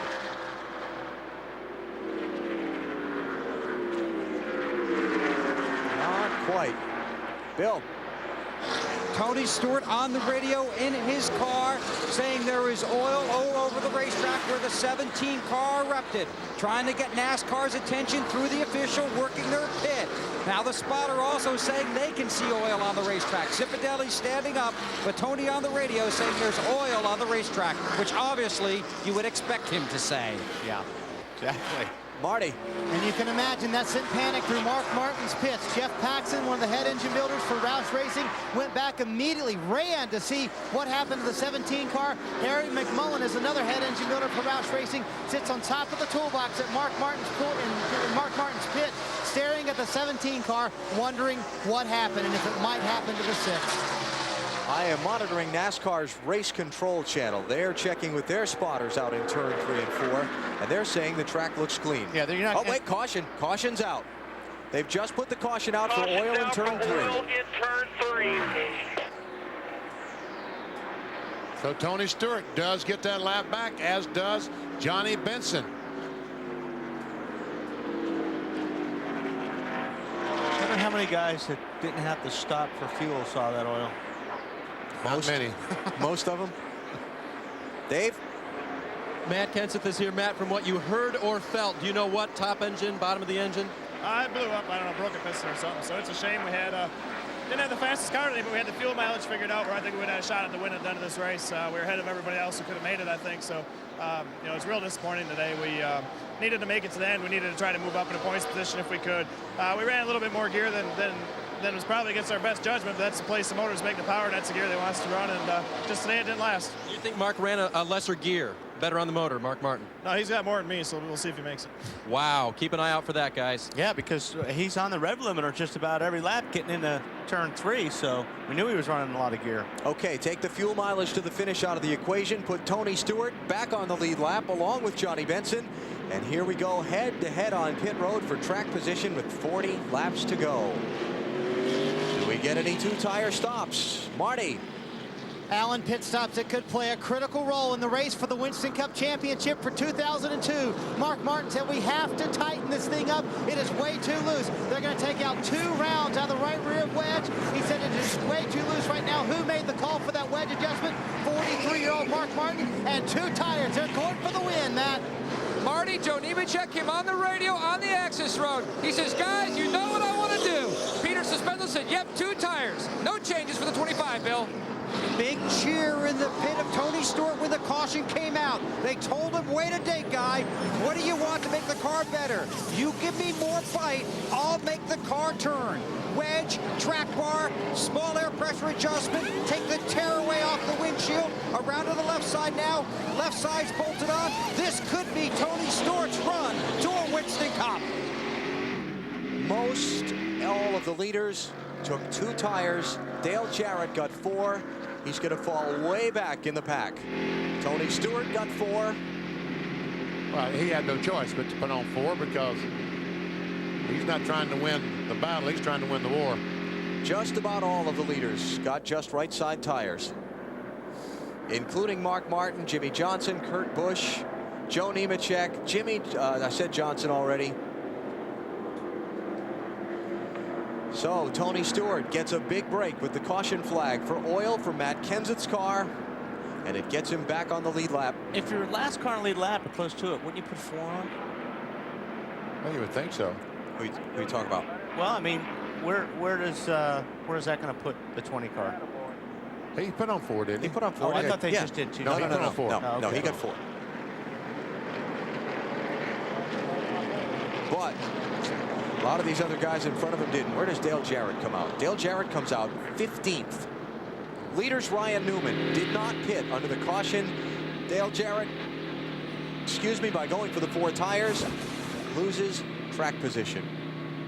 And he just doesn't have enough time to make up the difference. 15 spots on this racetrack is so hard to pass. Well, he can't pass all these cars, can he? How many laps we got left? 38. 38 laps now. It's going to be very difficult. Bill, big break for Joe Gibbs and his team. Absolutely. We'll try and work in here. Huge break for you. You got back on the lead lap and got a chance to work on your car. Yeah, we made some major adjustments at stop before it. I don't know what happened. We weren't too bad to begin with. We were a little tight. We tried freeing it up, and that one run, it was just wicked loose. So we pulled rubbers out of both rears, 2 rounds down on the track bar, a bunch of air pressure, and that's the best it's been by far. I mean, we were able to drive away from those guys, and we caught a break. That's what this is all about, is having that rabbit's foot when you need it. It still isn't over. There's still, 38 laps to go. We got to stay out of trouble and finish on lead lap here. Okay, and he just gave a pep talk to his driver. You push it forward, keep the fenders on it, and we'll be fine. Down pit road to Marty. Bill, Ben Leslie spent the first half of the race trying to loosen his car up. Now he's trying to tighten it up. Are you confident those adjustments will work, Ben? Well, we're not for sure. We're not for sure if we might have got a set of tires that was a little bit looser than sets that we had prior, or if the track is changing on us a little bit. We're just kind of chasing it right now. We hope that we hit on it. Hope that it works out. Your teammate Matt Kenseth lost an engine. You're running more gear than him. Are you concerned? Well, everything comes out of the same motor shop, so you're always concerned if somebody has a little bit of trouble. They do an awful good job for us up there in Livonia. So, you know, I don't know exactly what the problem was with the 17. They think we're okay, so I'm pretty confident about that. Jeff Paxton came back from checking out the 17 engine and said, we'll be fine, guys. Don't worry about it. Most of those in the top 10 in the NASCAR Winston Cup standings coming into the race are running in the top 10 in the race now. Position changes. Jimmy Johnson, for the moment, with third place away from Kurt Busch, but look at it, 2 points. Ryan Newman will move for the moment from 7th to 5th. Look at it, though. 1 point ahead of Jeff Gordon, and 8 points behind Kurt Busch. 10 points behind Jimmy Johnson. That's going to jumble again. I don't think Ryan can stay up there with changing no tires. And 3rd to 6th positions worth a considerable amount of money. And I don't think Jimmy Johnson changed any tires either. Him either. You're correct. Right. Fuel only on the 48. 12 car didn't pit at all. Right.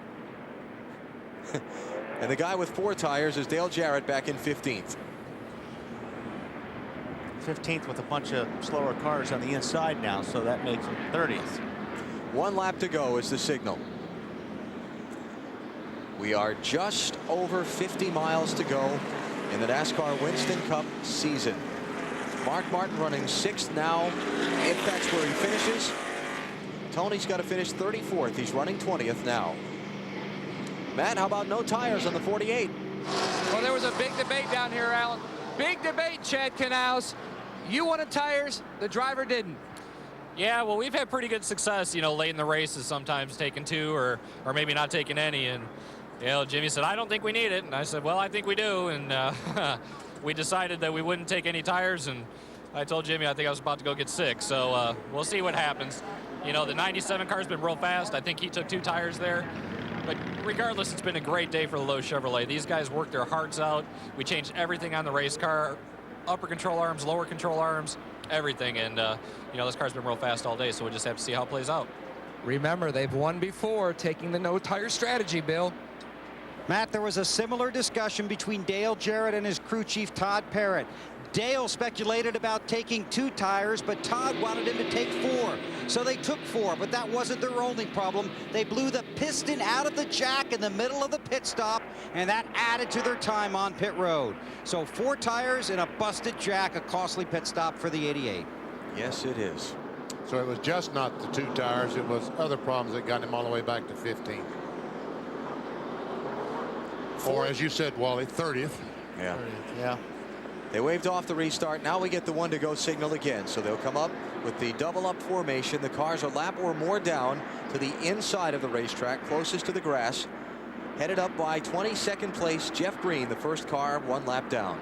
Lead lap cars to the outside. And Nemechek, I am pretty sure, got 2 tires. The 25 car all day long seems to be about as fast as anyone, but here he is back in 5th spot with 2 of his teammates to get by, 2 guys that he really can't rough up like he might someone else to try to get that position by. After NASCAR, after complete coverage of the championship celebration, we'll head off to the Mohegan Sun Invitational. Next on NBC, the world's most daring cowboys with 2,000 pounds of bulls they have to try and get a handle on. Professional bull riding next on NBC after NASCAR. 14,300 miles of racing in the season so far, and it all comes down to these final 35 laps, just over 50 miles. The championship hangs in the balance. Tony Stewart running 20th, Mark Martin running 6th. Traffic, a tough racetrack, a mistake by someone could turn a whole season's worth of work into a steaming pile of junked race car. 34 laps to go. Ryan Newman is the leader. Green flag, green flag. And Kurt Busch did not get a good start. No, he did not. Lap cars scooting by to the inside of 2nd place Jimmy Johnson. And those lap cars, I think probably some of those guys have tires, so that's why they're making it look so easy getting by those guys that didn't take any tires. Cleanly off 2.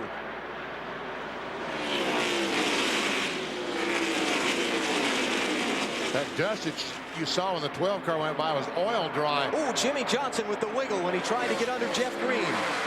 Gathers it back up.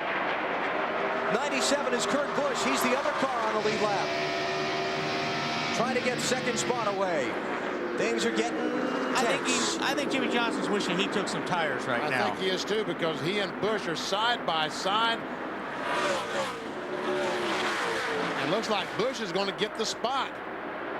30 car not on the lead lap. Jeff Green. For second place, it's the 97 and the 48. Tony Stewart working his way through the traffic.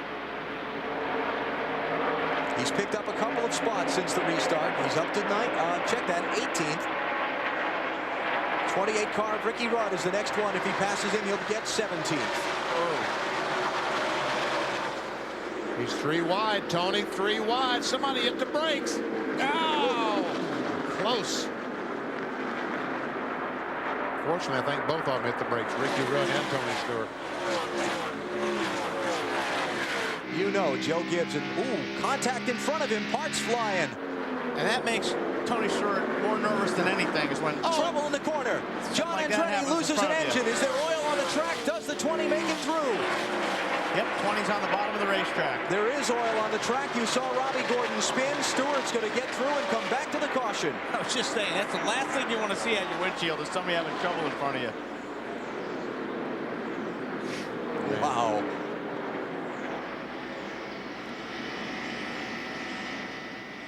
Bill?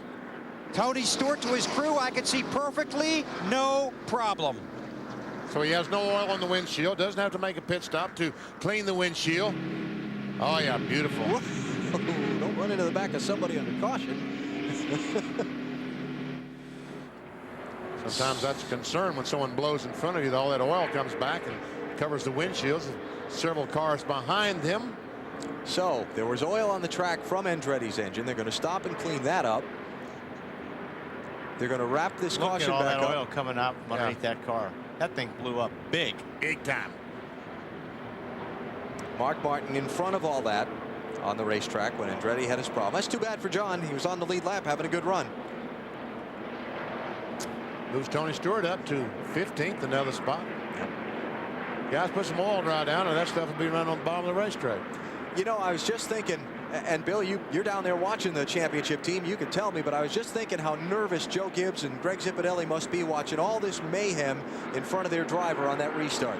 It's tough enough on a regular day, but when you're trying to lock up the championship, Zipadelli has spent a lot of time on the radio talking to Tony here in the second half of this race. In fact, we asked to talk to him one time under green, and he declined because Tony had not talked to the crew, but every lap, about every 37 seconds, Zippy called out his lap time. That's when Tony was on the tail end of the lead lap, wanted to know exactly how he was doing. Most of these guys quiet, a few smiles after that caution came out that got Tony back on the lead lap. Mark Cronquist, the head engine builder, doing his walking, his pacing back in the garage. Joe Gibbs here in this pit stall, as he has been all day, watching his team race for a championship. Tony Stewart in 15th position as the coach goes to consult with the coach of his 20 team. Joe makes it very clear that he is the owner of this franchise now, and that Greg Zipadelli and Jimmy Maycar are the coaches of their Winston Cup race teams respectively. So he's the John Kent Cook of this race team. The guy that owned the Redskins when he had so much success up there. And if they're able to win the championship, Joe Gibbs is often credited during his success with the Washington Redskins for his people skills, taking diverse personalities like John Riggins, for example, known for being a little unorthodox, and molding them together into a team unit. With all of the different things that have gone on around Tony Stewart this year, I would dare say that Joe Gibbs' people skills have come to play again in helping Greg Zipadelli keep this team all pulling forward in the same direction. Check it out. What happened to put us under caution? John Andretti, I mean, that just smoke just every place, but most of the guys are below the smoke. But look at all those cars up on the high side, have no idea where they are. Robbie Gordon, the 31 car, does spin around and does not hit anything. It's right along with Robbie. Going down into turn 3. Trouble, see the smoke? Yeah, there's not much you can do there. And once he got in the marbles there, he couldn't slow the car down enough to not hit the wall. Just look at that.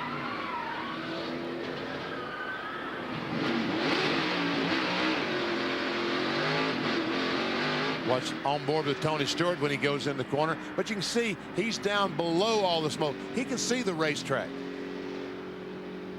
Bill, what kind of joke did Gibbs tell Zippy? Well, let's find out. First of all, Joe, how do you feel? Extremely nervous. Not much you can do over here. I get frustrated, but you know, we just gotta somehow, Lord's given us a great day. We just gotta finish up, and hopefully we can stay out of anything that would happen up front. That's all I'm worried about right now. You call your crew chiefs the coach. Well, the owner just had a conversation with the coach. What'd you tell him? No, nothing but the obvious. We're all talking about the same thing. We just can't get in any messes here. How about your driver, Joe? The driver's won a bunch of championships. He's cool and calm. It's been a tough day, hasn't it? Yeah, it has. It's been a long, tough day. Thanks for speaking with us. Good luck. Hall of Fame football coach Joe Gibbs trying to win a second NASCAR Winston Cup championship with Tony Stewart. We're in the final laps of the final race of the NASCAR Winston Cup season. Tony Stewart leading Mark Martin by 57 points in the championship.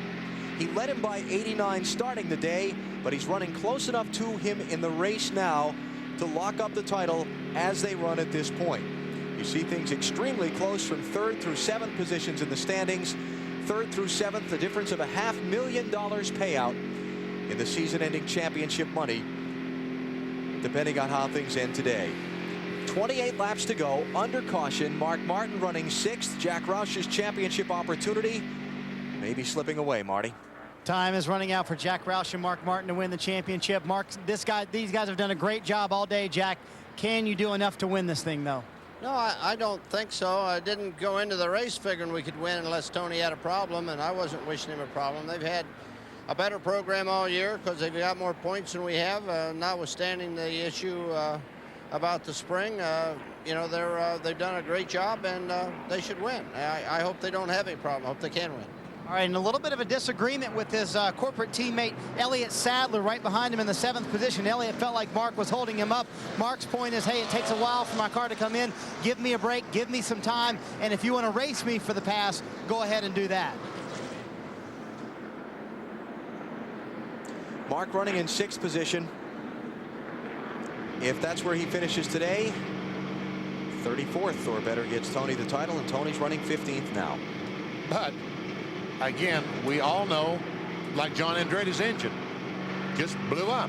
You know, anything can happen in this business, and Joe Gibbs, Tony Stewart, Zippy, all those guys in that Home Depot car, they cannot relax until they see at least the white flag come out. If they're still there in this same position, I think they're not going to relax until they see the checkered flag. That's probably true. But if everything would stay the same, when the white comes out, they can be the champion. Pretty long cleanup here. A lot of oil dry and a lot of oil to be cleaned up inside turns 3 and 4, where the Andretti engine let go.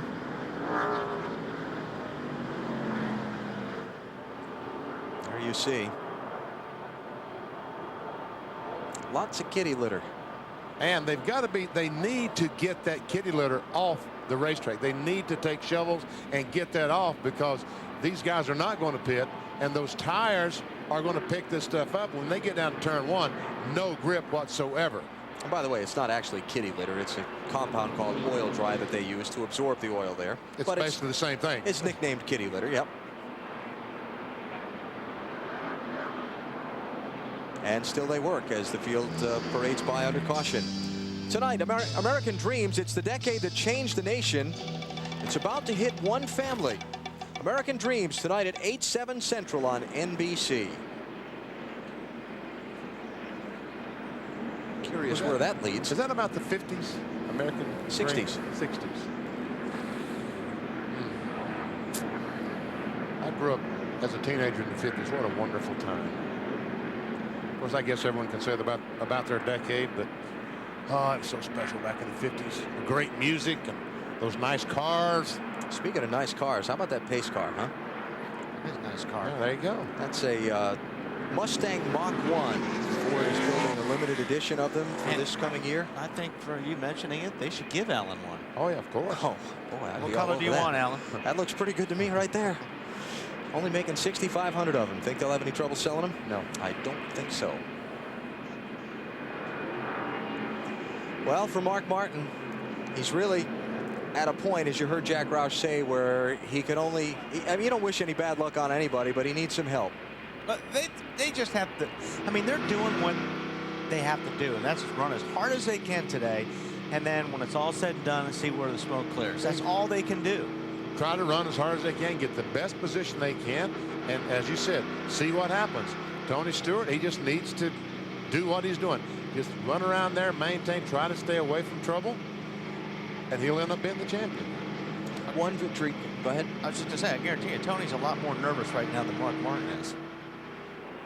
Tony running back in 15th place. He's kind of the guy with more to lose. Absolutely. I mean, Mark's in a nothing to lose spot. He can't lose second place in the standing. And it seems like when you're in this position, it's like everything happens to you. Guys blow up in front of you. Guys are crashing in front of you. Your car's not handling. And it makes for a very, very long day. Bill. Well, guys, when this race is over, whoever wins the championship, if it's Tony Stewart or Mark Martin, they will thank their crew. When Dale Earnhardt was winning his championships, he always thanked his crew. And one of the guys he made sure to thank is that man, Danny Myers. He's known as Chocolate. He started gassing cars for Richard Childress Racing in 1983. Then in 1986, he became a member of the 3 team, the Flying Aces, that fueled the car for Dale Earnhardt. Car owner Richard Childress always told Chocolate, I can't make you rich, but I can make you famous. And he has become very famous along pit road and very popular. For the last time today, wearing a uniform from the Goodwrench Chevy, Chocolate Myers going over the wall. And from all the fans of Chocolate for so many years, thank you so much for the championships and the memories.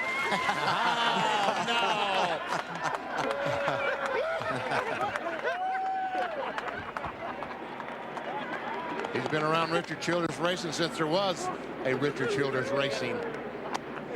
From a famous racing family, the Myers brothers, some of the pioneer racers of NASCAR. And Chocolate going over the wall for the last time, though he will continue on in his job as safety director of Richard Childress Racing. All right, here we go. Yep. Let's go racing. Line him up and do it again and see what else happens. Yep. Restart's going to come with 23 laps to go. And again, the cars a lap or more down go to the inside of the leaders. See, Biffle there in the 44 car, we thought he had lost an engine, and they raised the hood on some of the pit stops, and he's back, I don't know, he's back running well again. He's a couple of laps down, though. Yep. 26th place there for Biffle. I'm surprised some of these guys that aren't 1 lap down haven't come up there. And like Jeff Green's only 1 lap down, but he's in front of Biffle, or how do they stack up? I'm surprised some guys on the lead lap that had nothing to lose didn't take tires under this caution. Okay, Biffle's 2 laps down, right? But yet Jeff Green's behind him. Normally, guys that are 1 lap down will come up and ask the guy that 2 laps down, "Hey, I'm only 1 lap down. Let me try to get my lap back." Maybe there are some disagreements between them somewhere. No, never happened. Something, that page in that Also little mental notebook. It doesn't have to say you have to give it to him. I'm surprised he didn't at least pull up and say and ask him, "Can I have it?" Pace car. They pull up and ask if it's okay. The pass was okay, like we saw in the Busch race. Bill? What's going on, Weber? Just told Tony Stewart we need to finish. Keep the fenders on it. Good luck. Yeah. 23 laps to go. With the championship in the balance, Tony running 15th, Mark Martin 6th, Ryan Newman leads. Boy, Kurt Busch is just not getting the restarts he wants. He's going to get a lap car, maybe 2, between himself and Newman. Up there on that high side, which is real slick on these restarts. Joe Nemechek is up there as well, that 25 car.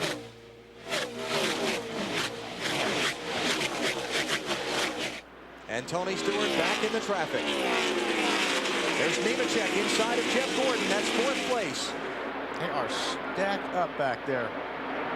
And Tony going 3 wide on the outside, passing the 7 car of Jason Leffler. Man, right around where that dark streak of oil had been from the Andretti car that was dried up.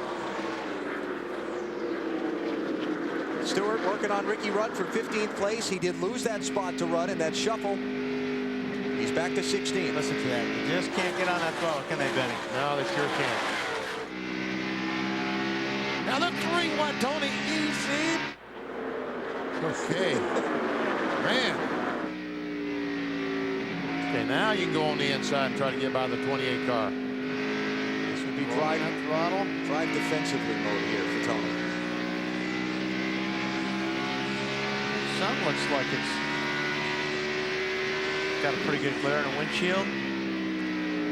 And we can see he's trying to win a championship. He's still turning about 9,200 RPMs all day long for 400 miles. Must have cleared Ricky Rudd because he drifted up along the wall.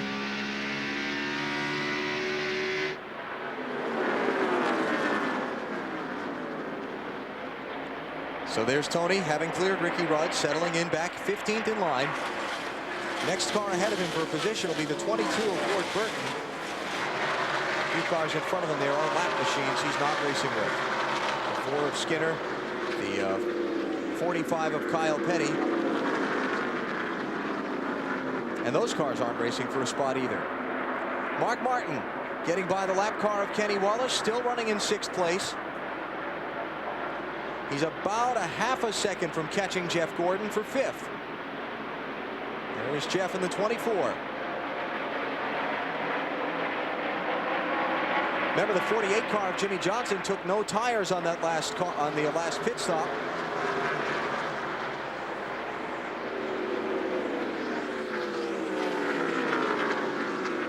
Check our championship from 3rd through 8th. Remember the $500,000 from 3rd to 7th. How about that? Jimmy Johnson, Ryan Newman, both were bestest rookies, tied for 4th in NASCAR Winston Cup point standings. And the tiebreaker is most number of wins, which would go to Jimmy Johnson, who has 3 wins. Ryan Newman has 1. And here comes Kurt Busch. This is for the lead. Trying to get on the inside of Ryan Newman. He's got to run. Is it good enough? Not quite. Has to fall back in line. Yeah, he should scoot underneath him, maybe right when Ryan tips up the racetrack right here. Will he cross under him? No, Ryan keeps it down the bottom. Boy, he does, doesn't he? Does a great job keeping that car on the bottom of the racetrack. Ryan Newman did not hit under that last caution. Kurt Busch at least has fresher right side tires than Newman. Mark Martin losing a spot. Here's Elliott Sadler to his outside in the 21. 6th place. Goodbye. Now Mark back to 7th. And Elliott gives him a wave and says, thank you. Next to challenge Mark for a spot will be his teammate Jeff Burton in the 99. That opens the gap up a little more. From Tony back to Mark. Hear him have to ease off the gas there. Probably sounds like he's tight off right now. Right with him here. Down in the 3. Picks up the throttle.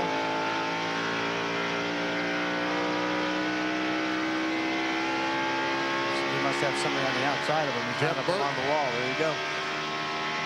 There goes his teammate past. So Jeff to 7th, Mark back to 8th. Let's go on board with Mark Martin, see what kind of RPMs he might be turning. We saw about 9,200 on the 94. Over 9,400 on Mark's car. So yes, he is turning. Yeah, they're going for it. Put a little more gear than Kenseth. And you heard the engine rattle on that red limited chip. Yeah. But it's not going to be enough. At this point, with Mark now riding back in 8th position and Tony Stewart running in 15th. Things can still happen. 15 laps still to go. Tony running around his teammate Bobby Labonte, who's 31st place in this race right now, 3 laps down to the race leader Ryan Newman. Johnny Benson in the 10 car coming up behind Tony Stewart. That's the battle for the 15th position.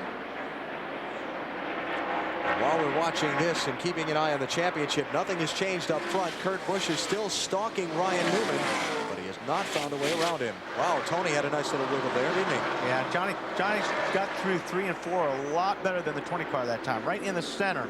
Johnny Benson was a little bit faster. We'll see if it's the same in 1 and 2. Yep, right there he gains on him. That's for a spot, by the way. Benson trying to take 15 from Stewart. They told him there's nobody behind the 10, so let him go if you want. Yeah, that's a good move, Bill. And he did. So Tony settles into 16th place. He's 2 seconds ahead of Steve Park. The yellow car there, that'd be the next one to challenge Tony for a spot.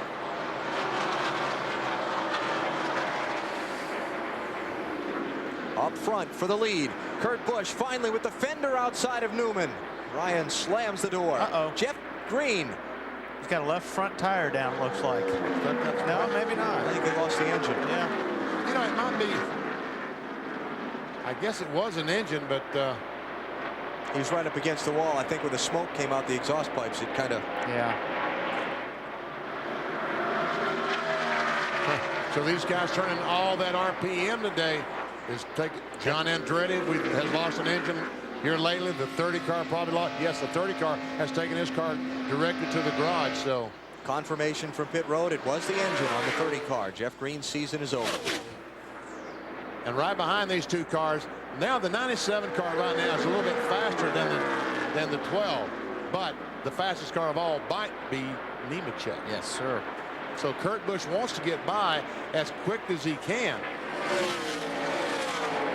Because he does. He looks like he's a little bit faster than Ryan BP, but boy, hard to pass somebody sometimes. A lot of times when you get by a guy, you'll leave him, but this racetrack talked about is so narrow where you have to race. You can't get underneath the guy. There we go. And he got underneath him that time. Kurt Busch out in front. Coming to 10 laps to go. He led the first 10 laps of the race. He might lead the last 10 and pick up the victory. Man, has he been on a roll the last couple of months, that 97 car? Yeah, they have. You talk about him as far as guys who might look for that championship in 2003. Kurt Busch would be a strong contender. How about Tony Stewart? With Mark Martin falling back, well, actually just picked up a spot. He's up to 7th now, got back by Elliott Sadler. Tony's loose off and laying on the 26 car.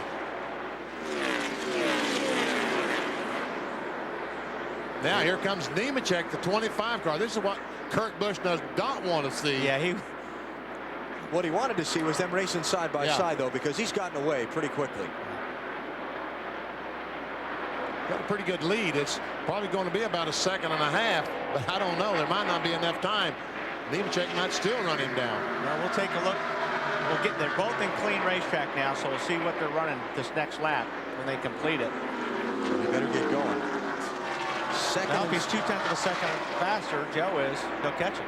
He's a 2nd and 6/10 back. 9 laps to go. He'll catch him at the white flag if he's able to make that pace up. You saw Tony Stewart still hanging in there. 16th place for Tony. Mark Martin running 7th. Ryan Newman trying to get around the lap car of Jamie McMurray. Boy, what might have been for him if not for the penalty for jumping a restart earlier at lap number 7. Put him a lap down. He's never made it up. Actually, Busch was faster than Joe that last lap. Jeff Gordon and Jimmy Johnson going to race for 5th and 6th positions. And even if he loses this spot, what a season it's been for Johnson in that 48 car. It has been phenomenal. 3 victories. Going to finish somewhere in the top 7 in the championship in his rookie season. Mark Martin right behind them. May be able to pick up a couple of spots quick if they get together. Oh, yeah. That's how you race your owner. 7 to go. Yeah, Chad was right and Jimmy, the crew chief, was right. They should have taken tires on that 48 car, huh? Remember that last stop, he wanted to put a couple of tires on it. At least 2. At least 2, and the driver talked him out of it. Here's 3rd place. Jeff Burton in the 99 trying to take the long way around Newman in the 12. And I'm sure Newman's doing a lot of sliding right now. Hoping for these next 6 laps to go by quickly. Now we're getting close to calling the election for Tony Stewart. I know we're in Florida, but hear me out, Wally. The worst, with Mark Martin running in 8th, Tony clinches the title by finishing 37th or better. 38th place on down or out of the race already. 37th place is 7 laps down. So I think at this point we can call Florida for Tony Stewart. I think so, huh? I need my little dry ink board there. What is it that Russert uses? Let's let him run one more lap just to be sure. Well, let's let him run all 5. Yeah, that'd be even better. Benny, there was an article in USA Today earlier this week, and we also talked with Richard Petty on Discover Card Countdown to Green, talking about Tony Stewart needing to understand the obligation of being champion, saying that the job of being champion just doesn't constitute driving a race car. Jeff Gordon, on the other hand, said that off-track responsibilities have nothing to do with being a great champion. Being a champion's about what you do on the racetrack. You're a Winston Cup champion. Got a thought? I think you have to have, there has to be some things you do off the racetrack to represent. I mean, after all, they're at New York, they're going to give this guy almost $4 million. And there's nothing for nothing in this world. You're going to have to give something for it. So he's going to have to do some things off the racetrack and probably some things that he isn't comfortable doing. Well, I think we've sugarcoated this story a little bit. I think it was a lot more than that. But yeah, I mean, Tony just needs to be Tony. Tony shouldn't change for anybody. And he got here for being a great race car driver. He won the championship for being a good race car driver, not being certainly not being a politician. So as long as he keeps doing what he's doing, Benny's right. There are some things that come with being a champion that he's going to have to do, but he doesn't have to like it. And, you know, that's just... And, you know, I like that about Tony. He doesn't like it, and he lets you know he doesn't like it, but he's still going to have to do it. Yeah, and I don't think kicking and screaming every inch of the way. Well, hey, and I hope he, you know, that's the thing. You just don't want anybody to change just because they're champion. You know, I just hope Tony stays the same, and I think he will. There's no doubt. Waving Steve Park by. Tony will go to 18th position. Mark Martin is running 4th, but it's not going to be enough. Next time, the white flag waves for leader Kurt Busch. And Tony Stewart will be 1 lap away from finishing off a very turbulent Winston Cup season with a champion's celebration. The headlines have been many involving Tony Stewart, not all of them good. The incident at Indianapolis with the photographer, much publicized. Tony put on probation by his sponsor for the rest of the season. But he and that team had so many opportunities to come apart at the seams from all the off-track distractions that were going on, and they didn't. It made them stronger because it brought them much closer together as a team. As you see, the white flag is waving on this field. It's the final lap of the 2002 season. Tony Stewart, 1.5 miles from a NASCAR Winston Cup championship. Kurt Busch is out in front of the race, looking to pick up his 4th victory of the season. 3 of those will come in the last 5 weeks of the year. Put Kurt Busch on your calendar as a Winston Cup title contender for 2003. Checkered flag is up. The Ford of Roush Racing wins the Ford 400. Kurt Busch is the winner at Miami. 2nd for Nemechek, 3rd for Jeff Burton. Mark Martin's title bid will be a strong one today. He'll finish 4th. But at the end of the day, the big trophy will go to Tony Stewart. The Rushville Rocket from Indiana is the 2002 NASCAR Winston Cup champion. And there's a big sigh of relief. Yes, it is. It didn't come easy at a track where they've dominated. In the 3 previous Winston Cup races here, an 18th place finish for the 20 car today, but it did the job. 2nd Winston Cup championship for Joe Gibbs Racing, and Tony Stewart is now just the 25th man in history to wear a NASCAR Winston Cup champions ring. There's his teammate Bobby Labonte offering congratulations in the 18 car.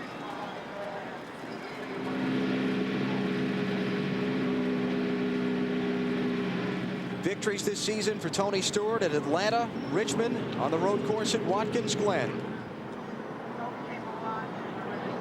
He'll win the championship despite failing to finish 6 races this season. Who'd have thought at lap 3 of the Daytona 500, Tony Stewart would be champion?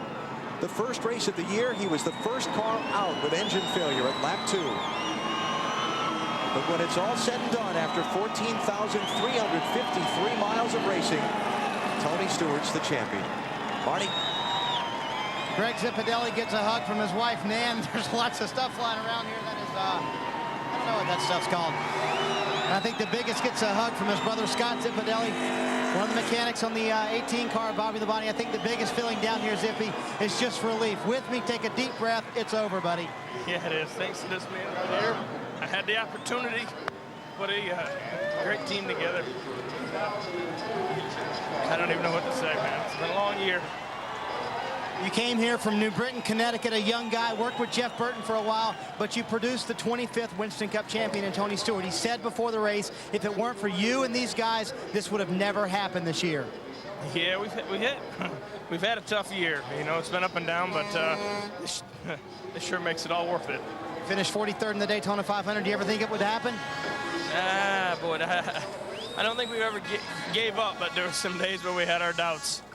But all right, the Zipadelli family here celebrating the Winston Cup championship, Dave. And Mark Martin going down to talk to Jeff Gordon, the guy who gave up the championship this year. Mark, as he came in and talking to his guys, just talking about how much they have given to try to give Mark Martin this championship this year. And now Mark with a smile and a thumbs up for Jeff. Mark, talk to us about your comments to your crew and just how hard you guys worked today to try to get this championship. Well, we gave it everything we had. Those guys just were a little bit stronger than us, but what an effort, man.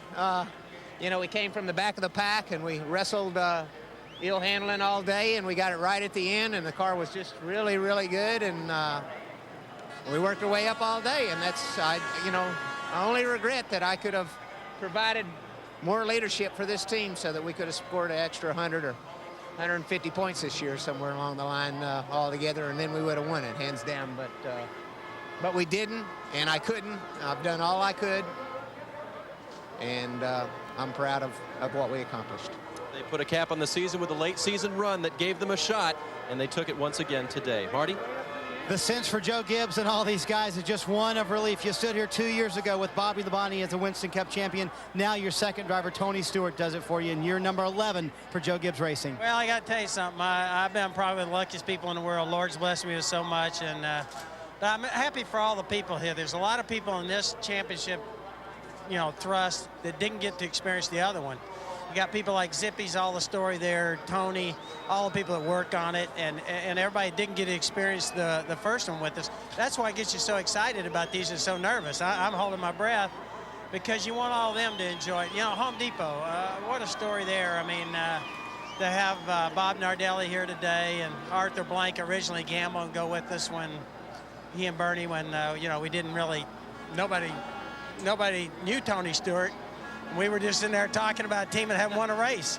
So Home Depot, we just say a big thanks to all those 280,000 people out there, man.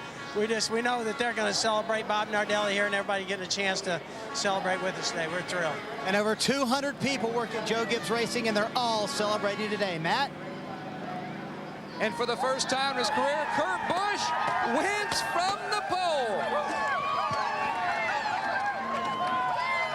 And now he's going to go into the mosh pit of the Rubbermaid guys.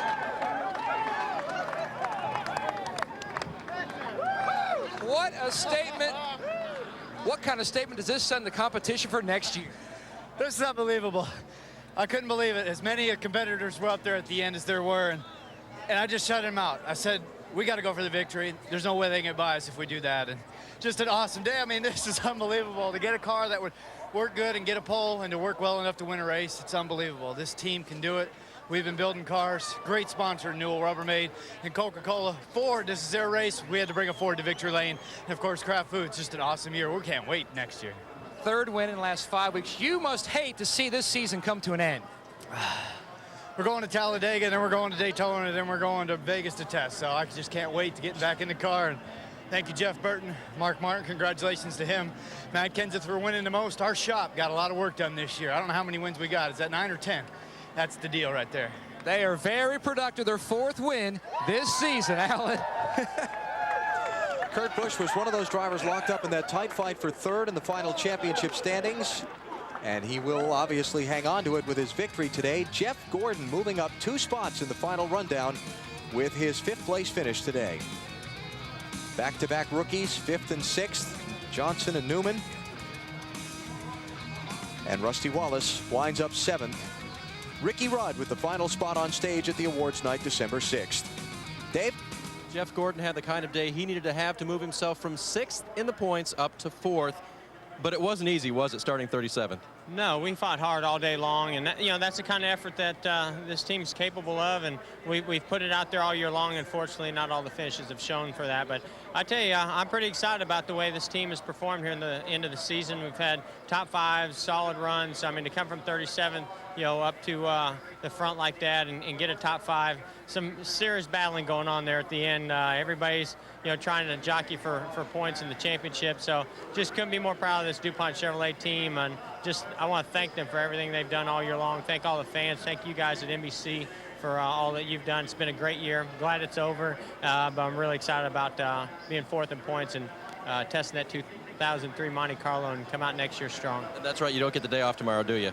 Well, I was wanting the day off, and if I would have won, Robbie said we'd have had the day off, so we're wondering if a top 5 means we only need a half a day tomorrow. That's what I think. I think a half a day of testing tomorrow. Yeah, I think that's a great idea. Wally, I'm sure you feel the same way as a driver. I know Wally agrees with me. Absolutely. Definitely thumbs half a up. day's always better.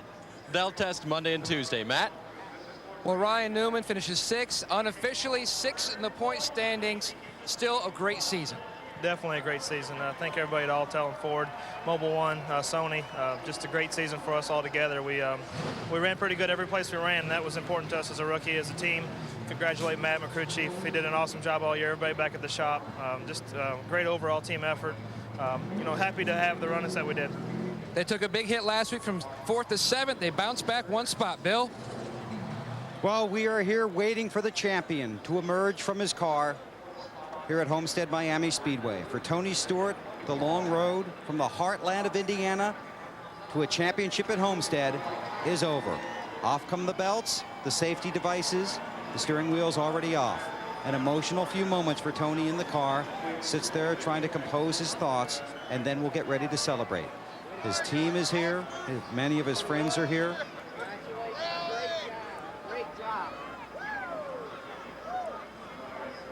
Now admiring a cap that says 2002 NASCAR Winston Cup champion, Tony Stewart. It has been a rocky year for this team and for the driver. After the checkered flag, he said, "I'm glad the roller coaster is over," and it is. Here is the 2002 NASCAR Winston Cup champion, Tony Stewart.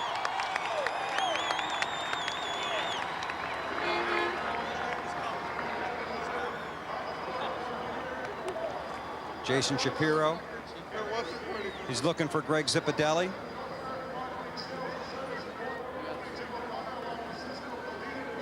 That's okay, man. Congratulations. Dale Jarrett is here. Bobby Labonte was here a few moments ago. We got through it. You got it. It was ugly, but we were the best for all year. Okay? Thanks, guys. Appreciate that. Thank you.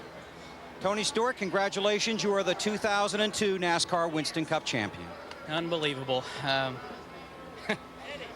This was an ugly day. It was just like Rockingham a couple weeks ago, but we never gave up. We got a lap down there, and the pit crew did a great job of getting us out first. And this car liked clean air, but it didn't like being in the back of the pack. So we just ran hard there and got our lap back and got the spots we needed to stay ahead of Mark. So just really happy. This team deserves this. I mean, Greg Zipadelli, I don't even know where my crew chief is. They're all in here somewhere, I guarantee it. I can't find my crew chief, but he's the one that's responsible for all this. That and this man right here. Jimmy Maycar is the man he's talking about. Here comes Greg Zipadelli making his way through the crowd.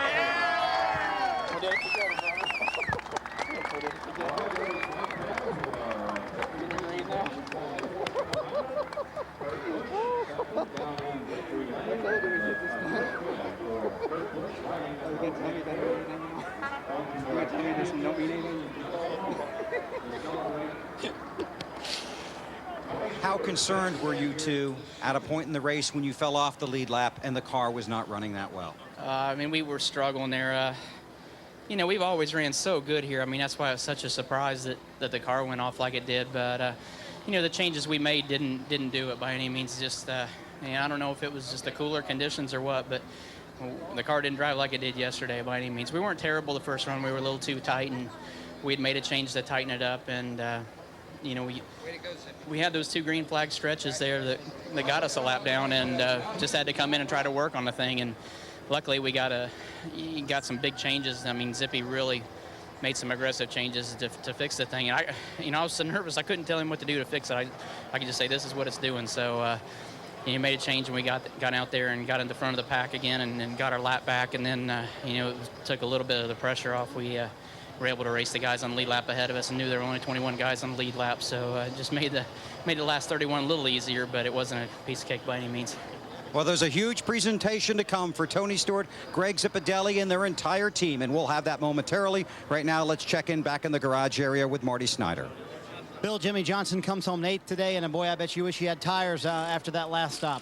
I do, and you know, we won California earlier in the year with no tires, and the way track position was so important, I was really wanting no tires, and in a sense talk Chad into it. I'm kicking myself now, but we've had an incredible year. I need to thank everyone at Lowe's, all the employee owners, everyone at Hendrick Motorsports. To have a rookie team come in, and a rookie group come in and work like this, and win races and lead laps and win poles and compete for a championship, it's a whole team effort, and it's all the support from everyone at Hendrick Motorsports and at Lowe's. And these guys, Chad Knaus and all these guys, working their butts off. We've made some mistakes along the way that we all wish we could have back that would put us up there contending for the championship. But that's how it goes, and we'll be back next year and be stronger than ever. An absolutely outstanding year for Jimmy Johnson, who finishes 5th in the 2002 Winston Cup Championship race. Alan? Orange is the color of the day here at the Homestead-Miami Speedway. Tony Stewart has locked up the NASCAR Winston Cup Series Championship for Home Depot and for Joe Gibbs Racing in Pontiac. The trophy presentation when we come back.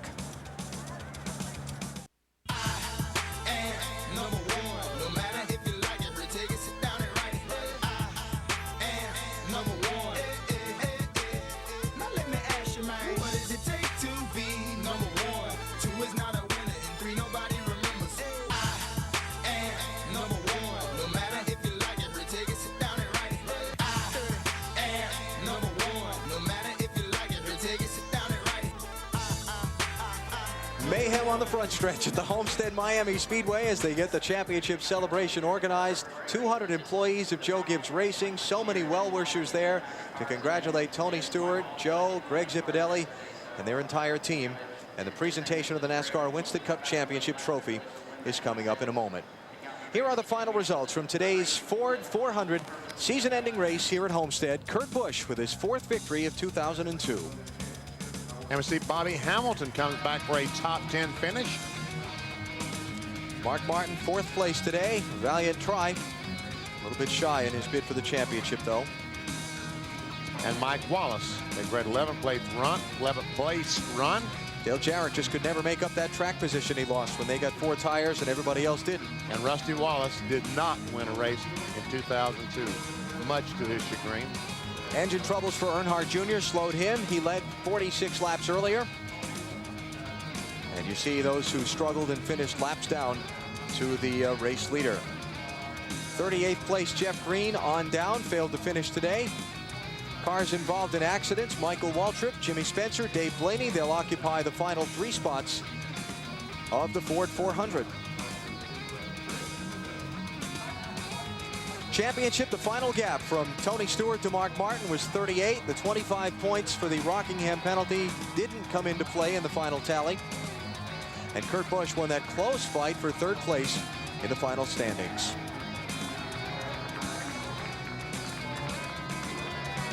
And that's what they all start in February, trying to attain the NASCAR Winston Cup trophy. All right, you see up on stage, the dignitaries are gathering. When we come back, NASCAR presents the Winston Cup Championship trophy to the 2002 champion, Tony Stewart. You're watching NASCAR on NBC. Welcome back to the Homestead-Miami Speedway. The celebration continues, and now the official presentation of the 2002 Winston Cup to the new champion, Tony Stewart. Here is the president of NASCAR, Mike Helton. Tony, on behalf of everybody from NASCAR, congratulations, pal. You and the Home Depot team did a great job this year. You've earned it. The pressure's off. Enjoy it now. And now Andy Schindler, the chairman and CEO of the R.J. Reynolds Tobacco Company. Tony, congratulations to you, to your great crew chief, Greg, Joe Gibbs Racing, and the entire number 20 Home Depot Pontiac team. You guys had an outstanding year. In recognition of that year, I want to formally present you the trophy as the champion for the 2002 NASCAR Winston Cup Championship. Way to go, buddy. You want to hold that up for everybody out there to see it one time? Here's your champion, ladies and gentlemen, Tony Stewart.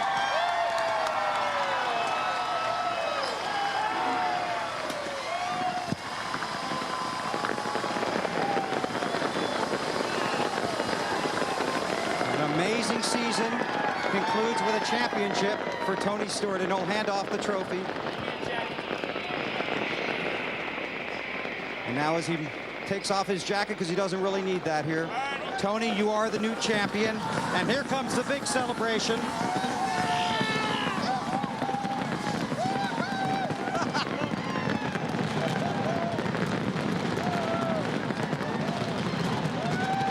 Yep, that's amazing. Before you pop that, come on out here. I just got one question for you, Tony. I know you want to celebrate with your guys. You're the new champion. Are you ready to be the leader of this sport? Well, I don't know if I'm qualified to be a leader of this sport, but you know, guys like Richard Petty and Dale Earnhardt are what made this sport what it is, and all we can do is just do the best we can. I mean, this is a tough series, but you know, the greatest thing was coming down pit lane there and seeing my peers and from different teams and you know, different car owners and drivers and crews. Just they're what make this series what it is. I'm not going to change anything, and I'm not going to try to, but you know, I'm not the leader of this sport. Everyone in this garage area does their part, and you know, everybody at NASCAR does a great job of making sure that the playing field's level for us, and that you know, that we're able to do what we do each week. But you know, these crews and their families are the ones that sacrifice their energy and time to do all this, and you know, it's not me, it's all of us. We're all doing this together. You've got a big night in New York coming. We'll see you there. Can't wait. That's Tony Stewart, the 2002 NASCAR Winston Cup champion. Other drivers have won championships at young ages and gone on to lead the sport to its future. The next new champion expected to do that is Tony Stewart. Alan Bestwick. Bill, thank you. And so it's over. The 2002 NASCAR Winston Cup season that's been very exciting. 18 different winners. And thankfully, it's been very safe as well.